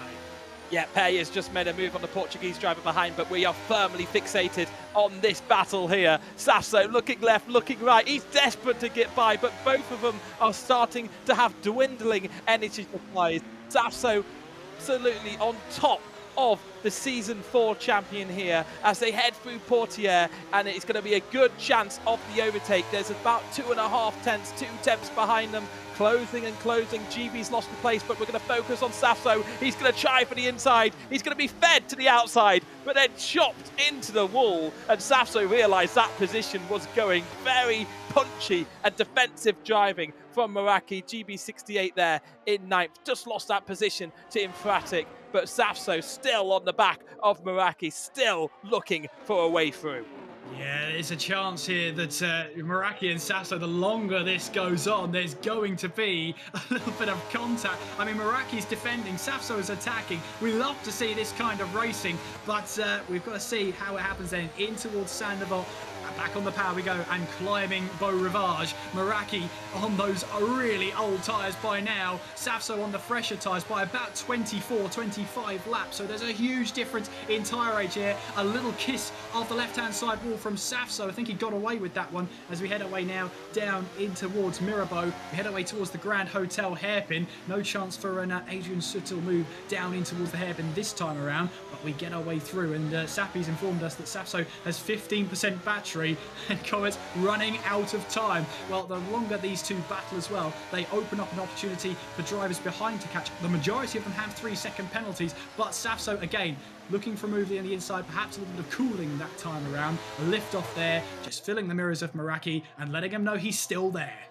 Yeah, driving angry. He's felt like the defensive moves from Meraki have been over the top and not merited, as Safso looking for his best position in the Creator Series since the start of Season 4 at Imola, and Meraki, of course, fighting from the back. Meraki is way secured Razin Shai's podium, certainly with this fighting, but Safso around the outside. Is there going to be another squeeze at T1? There is, but Safso more punchy, turning into the Williams driver. They're too wide up through Beau Rivage. It's almost Formula E-esque as they head into the Massenet section, and it is Safso fed into the wall. I think Meraki's still there, but I think Safso has got that position from the Williams driver. He's finally got through. He's punched his way through there. He knew the deal that Meraki was going to do him on the exit of T1, and he fought and drove back into the Williams driver to demand the space off him. I'm sure there was a roar from Safso as he got that move done, and a little bit of oversteer on the exit of the first corner, opened up that contact between himself and Meraki, all in good faith though as he tried to get the power down, and look at that gap he's now building up. That's the difference between 24 laps of medium tyres. He's already up to a second there. There you can see the tyre performance. Safso in the low 20s, Meraki is up into the mid and low 50s there, so a huge difference in performance, and you can see that 1.1 seconds now the gap has opened up from Safso to Meraki there, and a huge move from Safso. He's 31 seconds down the road from Skyzy. It's 9 laps to go. Unless something drastic happens up ahead, there won't be a chance for Safso a podium this time. We'll focus on the podium because Razin has done more. He's done a lot of pace here, worked on that gap between himself and M Skyzy. The gap's now 8.8 seconds, so at this point, Razin will still hold on to second place, but we have 8 laps to go as Jorrit Jan van Geffen starts the 71st lap here at Monaco. Yeah, it is 8 laps to go. Jorrit has just checked out in the lead. He knows Razin isn't a problem. Basically, both of the runners that he's with are 18 seconds behind. He's almost in pit stop territory at the end. Ego pit stop territory. Safso 32 seconds behind M Sky Z. He's spent a long time behind Meraki. Meraki is going to keep an eye out on the cars behind. Now, lucky for him, they all have 3 seconds worth of penalties, but the differential seems huge. Peya on the last lap at 1:12.396. The Meraki car had 1:15 second lap time. Of course, he was battling with Safso right at the start of that, but he's still losing time, hand over fist here. And Meraki, our season 3 champion, not doing well, but Safso, our season 1 champion, finally, really good defense. So he was angry, but he's looked at it, he's reflected and thought, well, this is the Creator Series. We want to see battles like that on track. And Safso with us since the start on his 50th race. Bravo. Bravo, absolutely, I echo that. Great respect between the two of them. It's the heat of the battle as well comes into that. GB68 and Tom now battling away for position, both similar age tyres, but GB68's soft tyres obviously play into factor, and his damaged front wing, and GB68 really, you could see they had no interest in defending that one from Tom. He's just looking to get it to the end now and get some points for himself and Aston Martin in their battle for McLaren, in their battle with McLaren, I should say. Speaking of which, Peya now has to come up against Meraki in a battle for 5th place. Now, this is important because Peya knows he has penalties to deal with. He has to get past Meraki and then get 3 seconds up the road. In fact, more than 3 seconds up the road. This is going to be a critical part of the race here for the McLaren driver, for Peya. He needs to get this move done, and he needs to get this move done soon.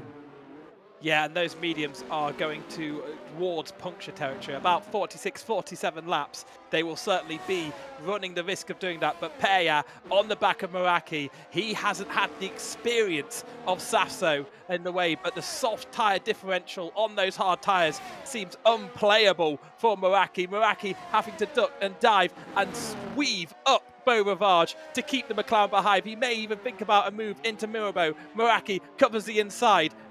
Peya still thinks about it now, down into the Grand Hotel hairpin. Will Peya think about a move? No, he's looking forward. He's looking at the exit of Portier. A good drive and a run at the Nouvelle Chicane is what he'll want. Tom on the team radio says, let's have a good battle. It's not just us. So he's talking about Tom closing down on Nagiri there, I think. Oh no, he's actually talking about GB, but here we are. Peya looking to the outside of Meraki. Meraki knows he can just cover that inside line. Remember, he is on super old tyres here. Meraki on 44 lap old mediums versus the 11 lap old softs there. And there was a warning for a collision between those two. So those two are getting involved with each other. I think it was Peya who got that warning. So it is going to be maybe a move into the first corner. And of course we have DRS open, and it'll be DRS burn for Peya as he closes and closes. Meraki, will he cover that inside line? He does. And Peya doesn't go around the outside. So even though he's on these softs, even though the differential is so high and the offset is huge, Meraki still managing to keep Peya behind, and this is why he's a champion in the Creator Series. Yeah, definitely the reigning champions showing us how to defend. Peya then tries to find the gap. He's going for a move down the inside. There's contact and the half spin from Peya. Then he manages to reverse to get out of the way of Chesnoid Gaming then, but that little bit of contact might have just put the spanner in the works of gaining a position there, and now he'll have to focus on getting those tyres back up to temperature, or sort of say back down to temperature with that little half spin there and the contact. That might have been a 5th place chance thrown away, unfortunately, for Peya there. Now he's got to focus on just getting that car to the end and making sure he keeps within the white lines. So Skyzy, meanwhile, has closed up the gap between himself and Razin. 5.7 seconds the gap is now, and Razin, I've just seen here, has just had his 5th track limit warning. If he gets one more and he gets another 3 seconds there, that's excellent news for Skyzy. It's horrible news for Razin. Yeah, Razin is in a very difficult position. I think he's going to lose that second position. Skyzy just being able to hold it quite nicely. He'll take the championship lead, but I wonder if Skyzy's teammate will have the trademark unhappy ending where he takes the gloves off and he throws them. Yeah, when we see the reaction with Diaz week in, week out, if he's on a bad race, those gloves are coming off, and that collision may just cause that, but he just has some time to get by here. He is closing at quite a rate of knots. He has that 3-second penalty on top, but if he can catch and pass Meraki, there's still a whisker, a hair's breadth of a chance that he could take that position off Meraki and get 5th for himself in this Monaco Grand Prix. 14 runners still in it. We've not had a safety car for a very, very long time.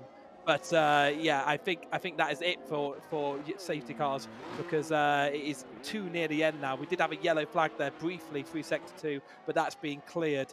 And it's green flag racing yet again here. It's been an enthralling race, hasn't it, Kieran?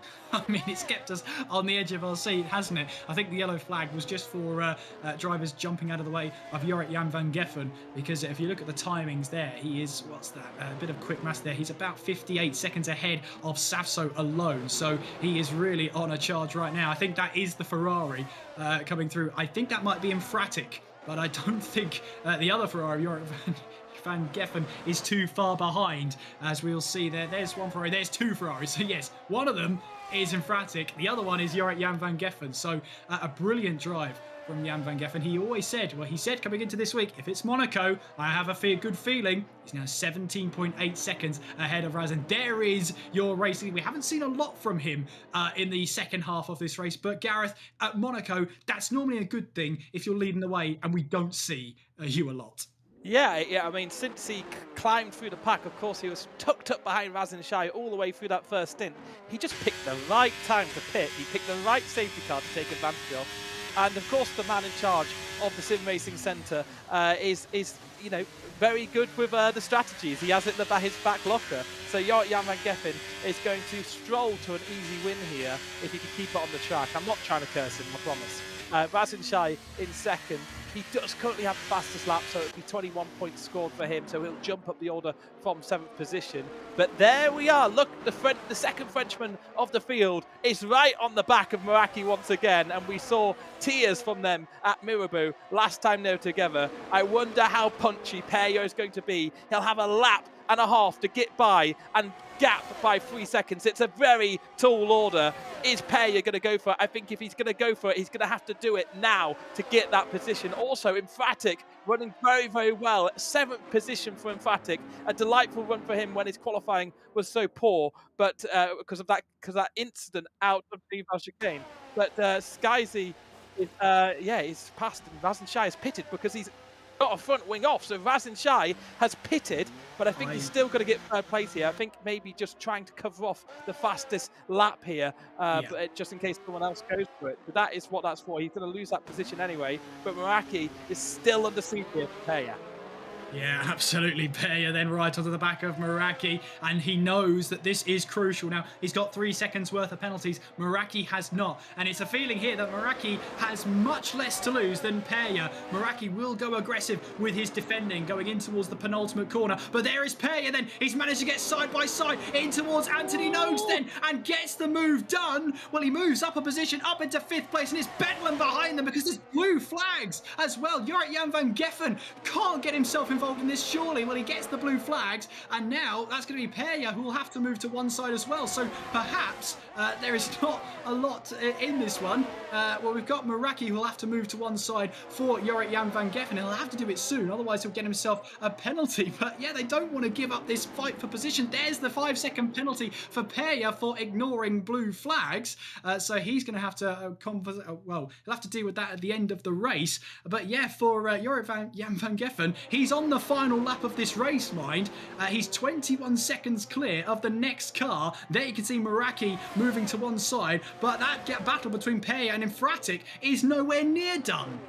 Very, very harsh on Peya because he wasn't the next car along from Meraki. So I wonder if that will get looked at and that will get cleared. We have seen 5 seconds like that erroneously given cleared. It was very, very harsh. But we do have Jorrit Jan van Geffen, who has had a near total domination of this race. If we focus on first position, he said, come on, blue flags, but he won't mind when he crosses the finish line again in Monaco, winning. It is Jorrit Jan van Geffen who wins the Fan Vote Grand Prix. Round 3 is his. He lapped nearly everyone in the field. Only Safso, Peya, Razin Shai and M-Sky-Z ended up on the lead lap. Congratulations to him. Meraki done here, Emphatic done, and Peya, who did have that 5 seconds off it on, and Emphatic did get across the line. Yeah, did get across the line. So that is crucial because he'll have the gap on Meraki, but not Emphatic. Well, Peya and Emphatic are still battling away for 5th place, so they'll see what happens of that battle. They're still going on, so Jorrit Jan van Geffen, I think, held behind Emphatic to give him one more lap to try and get 5th place in this one. So smart driving from the race winner as we head our way through in towards the penalty then, making our way now down in towards the Nouvelle Chicane in this battle for P5. Back on the power we go then as we head our way through in towards Tabac, and Peya has a good run through that chicane. Now through Tabac, through in towards the swimming pool section there as we head away through in towards that swimming pool section. Now in towards the final couple of corners. I think Peya's got this. He just has to keep it all under wraps here as Jorrit celebrates the win in Monaco. And we see Peya will cross the line in 5th. Emphatic will cross the line in 6th. Great battling between them there. But Jorrit Jan van Geffen is our winner for the Fan Vote Grand Prix here on the streets of the Principality. Yeah, fantastic from him. Back-to-back wins in Monaco for him. He is the Monaco specialist. M-Sky-Z in second has took a big leap forward in this championship. He'll end the day on 61 points. We'll get the standings to you at the end and get it all totted up. But this has been fantastic. Razin Shai in third. He'll jump up from 7th position. And it's Safso in fourth on his 50th running, equaling his best position for a little while. Of course, he has 2 wins in the series, but he hasn't had a podium since the start of Season 3. So just narrowly missing out on that. Peya in 5th position. Emphatic. Okay, that was like 8 seconds added on. Like, will that 5 seconds count? I don't think it will. I don't think it should count. I think it should come off. So we'll have to see about that one. But there are the results. Jan van Geffen confirmed first place for him. Fantastic for the Ferrari to win here. In Tia McMurdoch's car as they'll return next week. M Sky Z second. Razin Shai in third. Safso fourth. Emphatic. Peya, Meraki, Nagiri, Tom and Hayden Gullis round out the top 10. Of course, it's points down to 15 here. GB68, Chesnoid and Kenko and Adam Sanderson pick up the final points. Hoodie Preet was knocked out way down. And yeah, I can't remember what, yeah, way before the 95% rule or whatever it is. So unfortunate for him. So they are out of the session, but 14 drivers will score points here. And what a thrilling day of racing in the Creator Series in both the F2 and the F1, and a little bit of excitement at the end there with the blue flags there. Yeah, I think absolutely. Just decided, look, I'm ahead of Meraki. Meraki's going to get kind of done here by where I am, so I'm not going to have to force Emphatic to overtake me. Yeah, absolutely. I mean, it worked out great because Jan van Geffen decided, no, I'm going to let Emphatic go because he's got one more lap to get a chance to get by Peya then, and didn't quite work out, but at least he had the one lap to do it. Great thinking there on the feet for Jan van Geffen. I'm sure they were in, conversation where Jan van Geffen was saying, don't let me pass, focus on your battle, you still have time, and you probably won't get the penalty for it either. So, yeah, great battling between them there. I mean, that was a hectic race. We had safety cars, 5 of them, and a virtual safety car in 30 laps. We had another virtual safety car about 20 laps later. It was hectic. There was carnage. There was front wings. There was countless amounts of damage and costs confirmed by the teams there on the loss of front wings, changes of tyres. We had Hayden Gullis getting on a set of used soft tyres, probably not the soft tyres he wanted, but he got onto the soft tyres he wanted to in the end. Is there anything this race didn't have? Yeah, and not much, to be honest. It's been, an absolute spectacle, a real privilege to be able to cast it alongside you, Kieran. And I'm absolutely enamoured with that race. It was fantastic, great fun on the broadcast. Thank you everyone in chat who's been chatting. We're going to have interviews very soon. I'm not sure who we're going to get in first, but we usually have the top 3. And actually, I do see a Jan van Geffen who is sitting in the waiting room, so we could even think about pulling him in for the first of the interviews, our race winner, Mr. Flute Man himself. We'll get him in as soon as we can. But I mean, Jan van Geffen, he has the Creator Series stats of most laps led playing the flute, which is probably a statistic I've made up, but it's probably true. But here is Jan van Geffen, race winner in Monaco again, his 3rd win in the Creator Series. How was that for you? Oh, it was incredible. It was such a race with Razin, because I knew beforehand that he was incredibly quick, simply as that. And as you could see in the qualifying, he was an incredible opponent within that. And in the race, you could see that he had incredible pace as well. So I must say that in terms of strategy, I think it was executed perfectly, and that is what got me the race. Razin was incredible on the pace, so that would have been close, but at the end of the day, I think the strategy was the solid. Yeah, it was an inspired move to pit when you did under the safety cars. We had, 5, 6 safety cars right at the start of the race. You held your nerve for a few of them, but picked the right one to pit, and then when all the other people came in, you were magically in the lead of the race, and that's when you could just streak away, show the true pace of the Jan van Geffen. What made you decide that this is the time to pit? Well, obviously I do have an engineering background. I know somewhat on when to make the decisions, on when to pit and when not to. You got to take into account the fact that there's a maximum amount of safety cars and use that to your advantage. Think about the strategy that you're planning on and think about what's possibly coming up. In this case, for me, it was more of a setup for something that would be good for me, and it happened. I could have gotten quite unlucky with it, but taking into factor the fact that we had consistent safety cars after each other, it was for me a good call and trusted call to box and go for the new mediums. And as you could see, it worked out. Tom was dealing with overheating issues, so I was able to get past him quite quickly.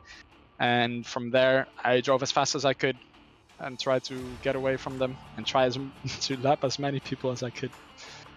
Well, you're it as well.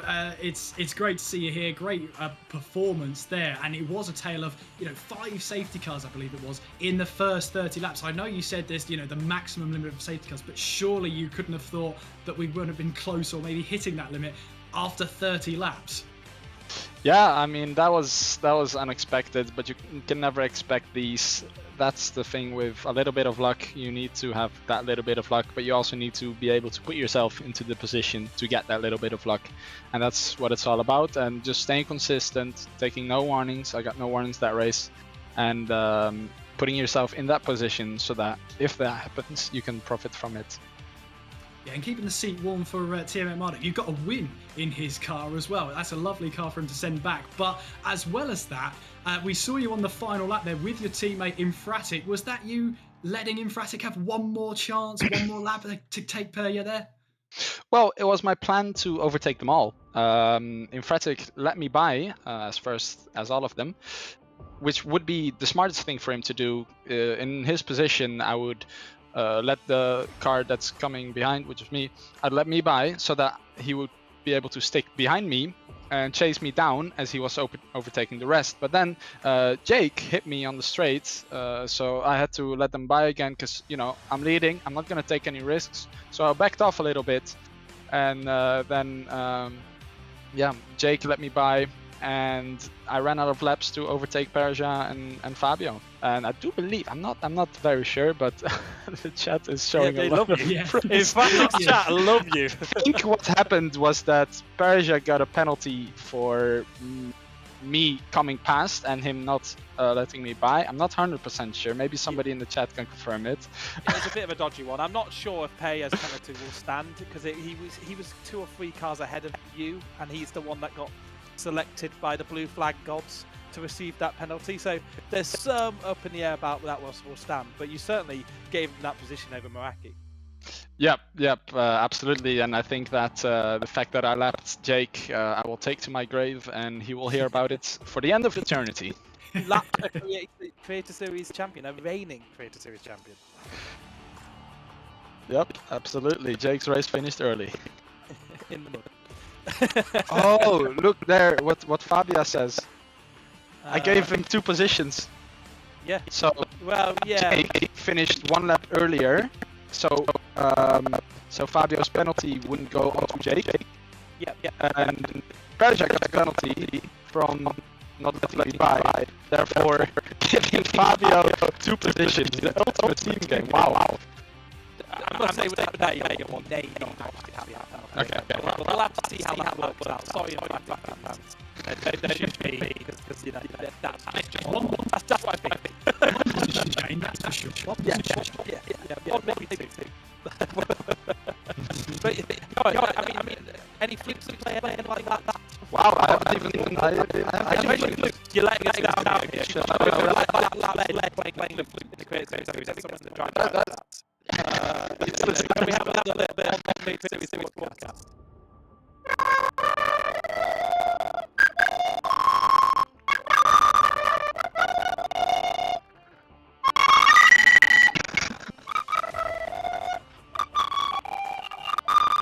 The idea that you're just playing along with our background music there. It was absolutely. A race-winning tune. The podium celebrations are in full order. But we'll have to love you and leave you, Yoit. Well done for winning your 3rd race in the Creator Series. But we have the 2nd and 3rd place men to talk to, and it's SkyZ, of course, got 2nd in that race there, and he will lead the championship, leaving round 3 the fan vote Grand Prix. So we'll go ahead and pull him in. Here. I'm doing it. Oh yeah, he's here. Hello, Skyzy. You're here. Sorry. I was about to pull you in, but then I realised I was pulling you into a channel you were already in. A difficult race there. You did end up in 2nd position, but you just never seemed to have the pace to fight with Yoit at the end there. But penalties kind of went your way. What's your view of that race there? Very different from you. Well, first of all, I had no sound, so that's why also I lost a bit of pace towards the end of the race. Well, yeah, to be honest, I was quite surprised to be P2. The quali, I lost the pole position on the last sector. Otherwise, it would have been a pole for me. I lost like 3/10 in the final sector compared to Yorit and to Razin. So eventually, I could have been on pole. I decided to start on hard because I know the tires overheat quite a lot around Monaco. Maybe a bit less with the night, I don't know. But the goal was to just to go far with the hards without having safety cars, which was clearly the opposite today. And after that, I decided to do a different strategy. I think I did 4 stops at the end compared to the one planned. And the pace was alright. I did not push very much the full distance of the race. Like, I knew the hards were good after like 20-25 laps, so the goal was just to stick with Tom, Razin and Yorit, and take my time to just be there when their tires would drop off. But with the safety cars and stuff, it changed a bit. But yeah, P2 is a good result. I knew Yorit was a bit too far from me, and without the audio, with the battles I had in the midfield with GB, Tomb, even Aiden, 1 lap down, but even Aiden, we had good battles. So yeah, the P1 was just too far ahead for me, and yeah, without sound it was a bit more difficult. But yeah, happy with P2. I think my rivals are P8 or P10, something like that, Tomb and GB. I forgot where they finished, but they are a bit far back. So yeah, I will take it. Fair play to Yorit for his very good race. Unlucky for Razin, but that's part of racing. And all I can say is every time Yorit is racing, we lose the audio. So maybe there is a link between the two. Dodgy Yorit. That's it. So yeah, maybe there is a link between the two. Kieran, do you have any questions for MSkyZ? He's muted. He's muted. It's a pesky mute button. That's there it. There we go. I'm fine. MSkyZ, great to speak to you. And again, it seemed like you and Razin were sizing up for that sort of battle once again, similar to what you had at China there. Are those 5 safety cars within the first 30 laps certainly kind of put a spanner into those works? I mean, it's such a hectic start. How do you keep your cool in that scenario? Well, we all know it's Monaco, so people are going to lose their head, which we saw. I mean, 6 DNF in the first 30 laps, quite big. So yeah, just keep the head down. With my strategy, it was like I had no choice but to keep it cool. But yeah, it was a bit annoying to get all those safety cars because every time I knew my tires were faster than Tom, Razin and Yorit, we had a safety car to just cool their tires, which was not in my favor. But at the end we made it. P2 is very good for the track at Monaco, and P1 was impossible after the mid race. So I will take it as a win.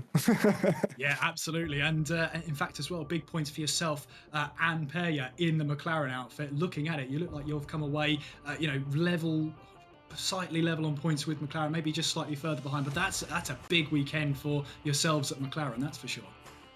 Yeah, definitely. I was quite surprised by the pace of Perya because usually he's a bit far, like in the top 8, top 10.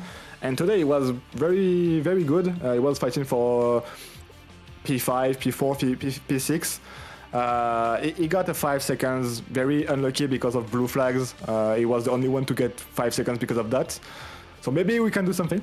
But otherwise, yeah, very, very good from him. And there is no choice but for him to be good every week because last season we lost the constructor in the last race because of his inconsistency.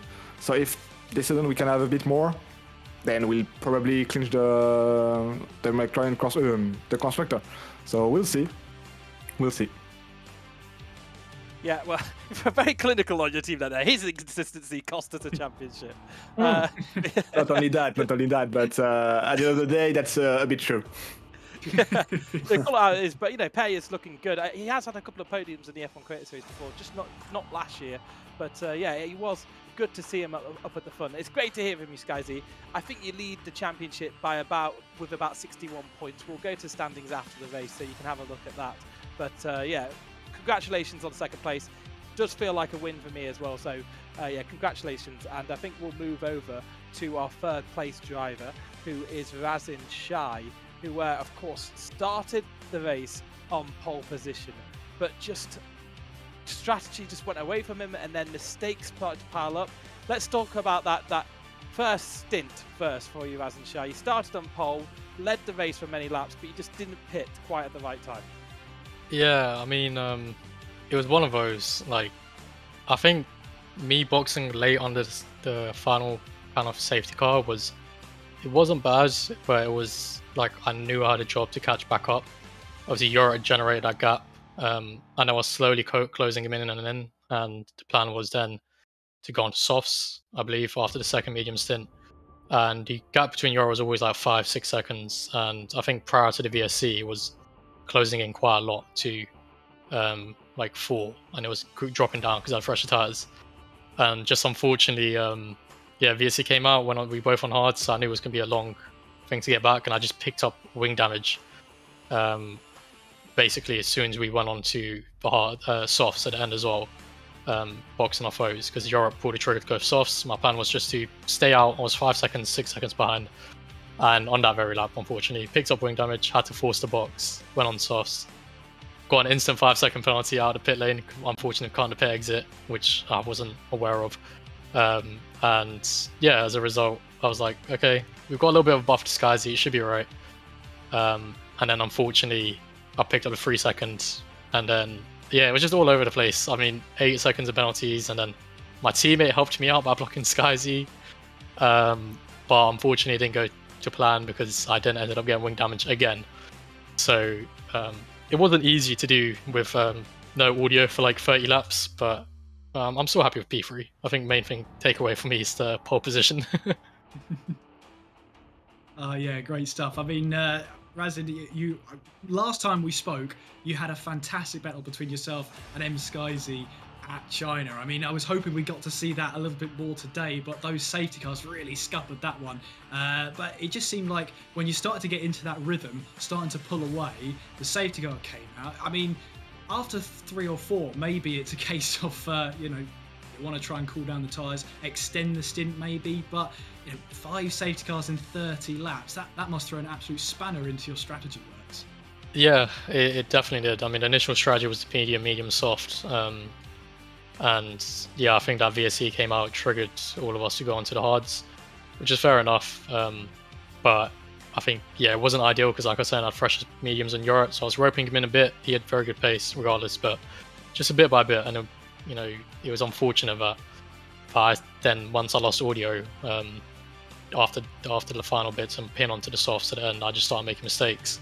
I think getting that 5-second penalty spun it all for me, unfortunately. I think that it was me losing my head, unfortunately, and yeah, that was that. But I mean, it was still good battles. I enjoyed being at the front for the part I was against Europe, leading the way, and you know, making a few overtakes, coming back through the field was cool. But yeah, it wasn't a bad race. Very tough though, extremely tough and long. Well, very tough, a sort of a race of attrition, but you know, big points gained for you on your side. It's a case of, is it sort of those 19 points I think it is gained, or is it sort of maybe 7 lost today? How do you feel coming away from that one?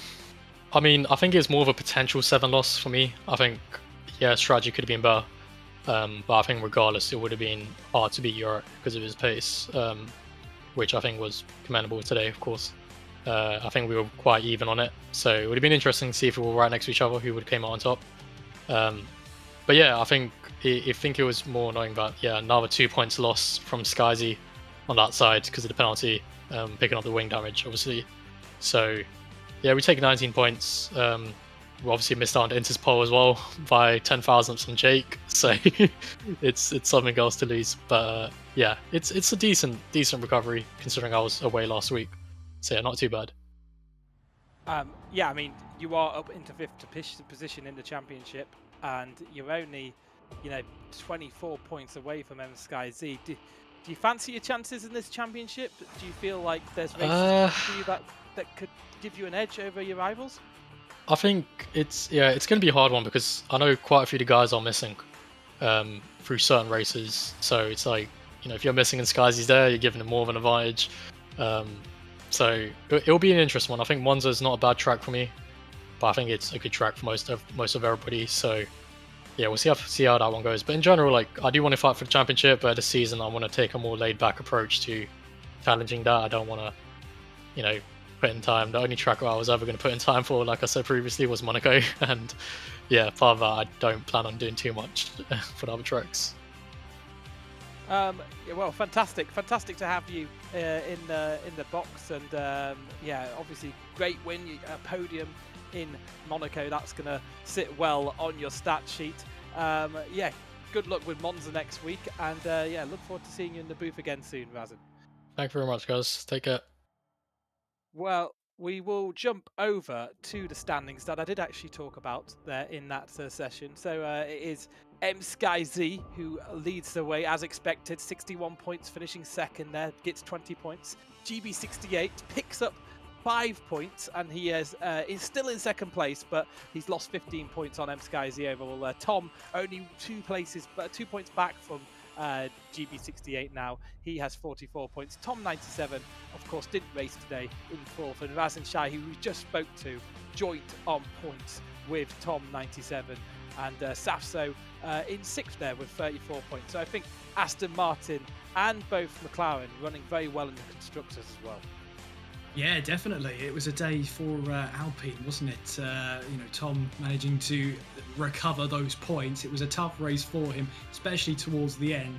Battled his way back through up into, I think, finished P9 in the end. So valuable points, even in a race of attrition. There's still points won. At least he made it to the checker flag, got those points banked. And for Tom Square, which I saw last week, fantastic name in the Alpines, still looking strong in the constructors as well. So yeah, all in all, a very dramatic race, and it's really shaken up those standings.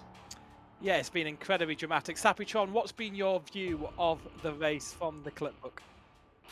Oh, well, I mean, everything kicked off tonight. We had pretty much every kind of scenario you could have imagined. We could have, say, drivers going off of their own volition, drivers having heated battles right until the bitter end. We had even a few scenarios with some missed pits. But I think the highlight for me is that in all of this chaos, we saw some drivers have some really, just gems of moments. Like, we had a brilliant overtake from actually both of the Aston Martins, GB68 and Sapso. They both had some really good battles between themselves. We saw a few drivers having to adapt very quickly, so a lot of the strategies, a few blunders. Like, I know we were talking earlier about Hayden Gillis heading onto the old softs, 25% softs, and having to recover from that, but still did make some good work out of it. But the highlight for me out of all of this is, I think, just sort of the resilience of the drivers. We saw so many of the drivers get faced with difficult scenario after consequence of something that's happened on track, but they kept their heads up, they kept driving, they kept their heads in it, and we saw some really good results as a part of that. Absolutely. I tell you what we'll do is we'll just round it up, and everyone should give themselves a big plug, especially our MVP Sapitron, who's been so valuable with the team radio, the clipbook, sorting out the standings in the background. Thank you very much for your work. Where can we find you when you're not on the Creator Series? If I'm not on the Creator Series, best place you can find me is Twitter @Sapitron, or once in a blue moon when I stream, I have my own Twitch as well under the same name. That's excellent. Kieran, what about yourself? Yeah, most active on Twitter. It's my name below. It's just the K, put an S in the middle, and then McGinley. Luckily, it's all spelled below, so hopefully you'll be able to find me. But I can totally understand if you don't. No excuses. And myself, it's @GarethAllenTV, Instagram, Twitter, the other ones, whatever they are, TikTok, yeah, that one too. Also, F1 Creator Series socials above. We're active on YouTube, Instagram, Twitter, and TikTok. Catch all the latest content on there. It's been a really fascinating day, a fascinating race. 6 votes was the difference between tonight's race and an alternate reality where we raced at Spain. But it's been absolutely fascinating throughout, and I thank everyone who has persevered with the technical issues we've had on the stream, not just today but the last few weeks. We are looking at resolutions to fix them all the time, but thank you very much for everyone who's tuned in. If you've not subscribed or followed, please do that, and yeah, thank you very much. That's the end of the day. We will see you next week at 4 p.m. for F2 at Monza.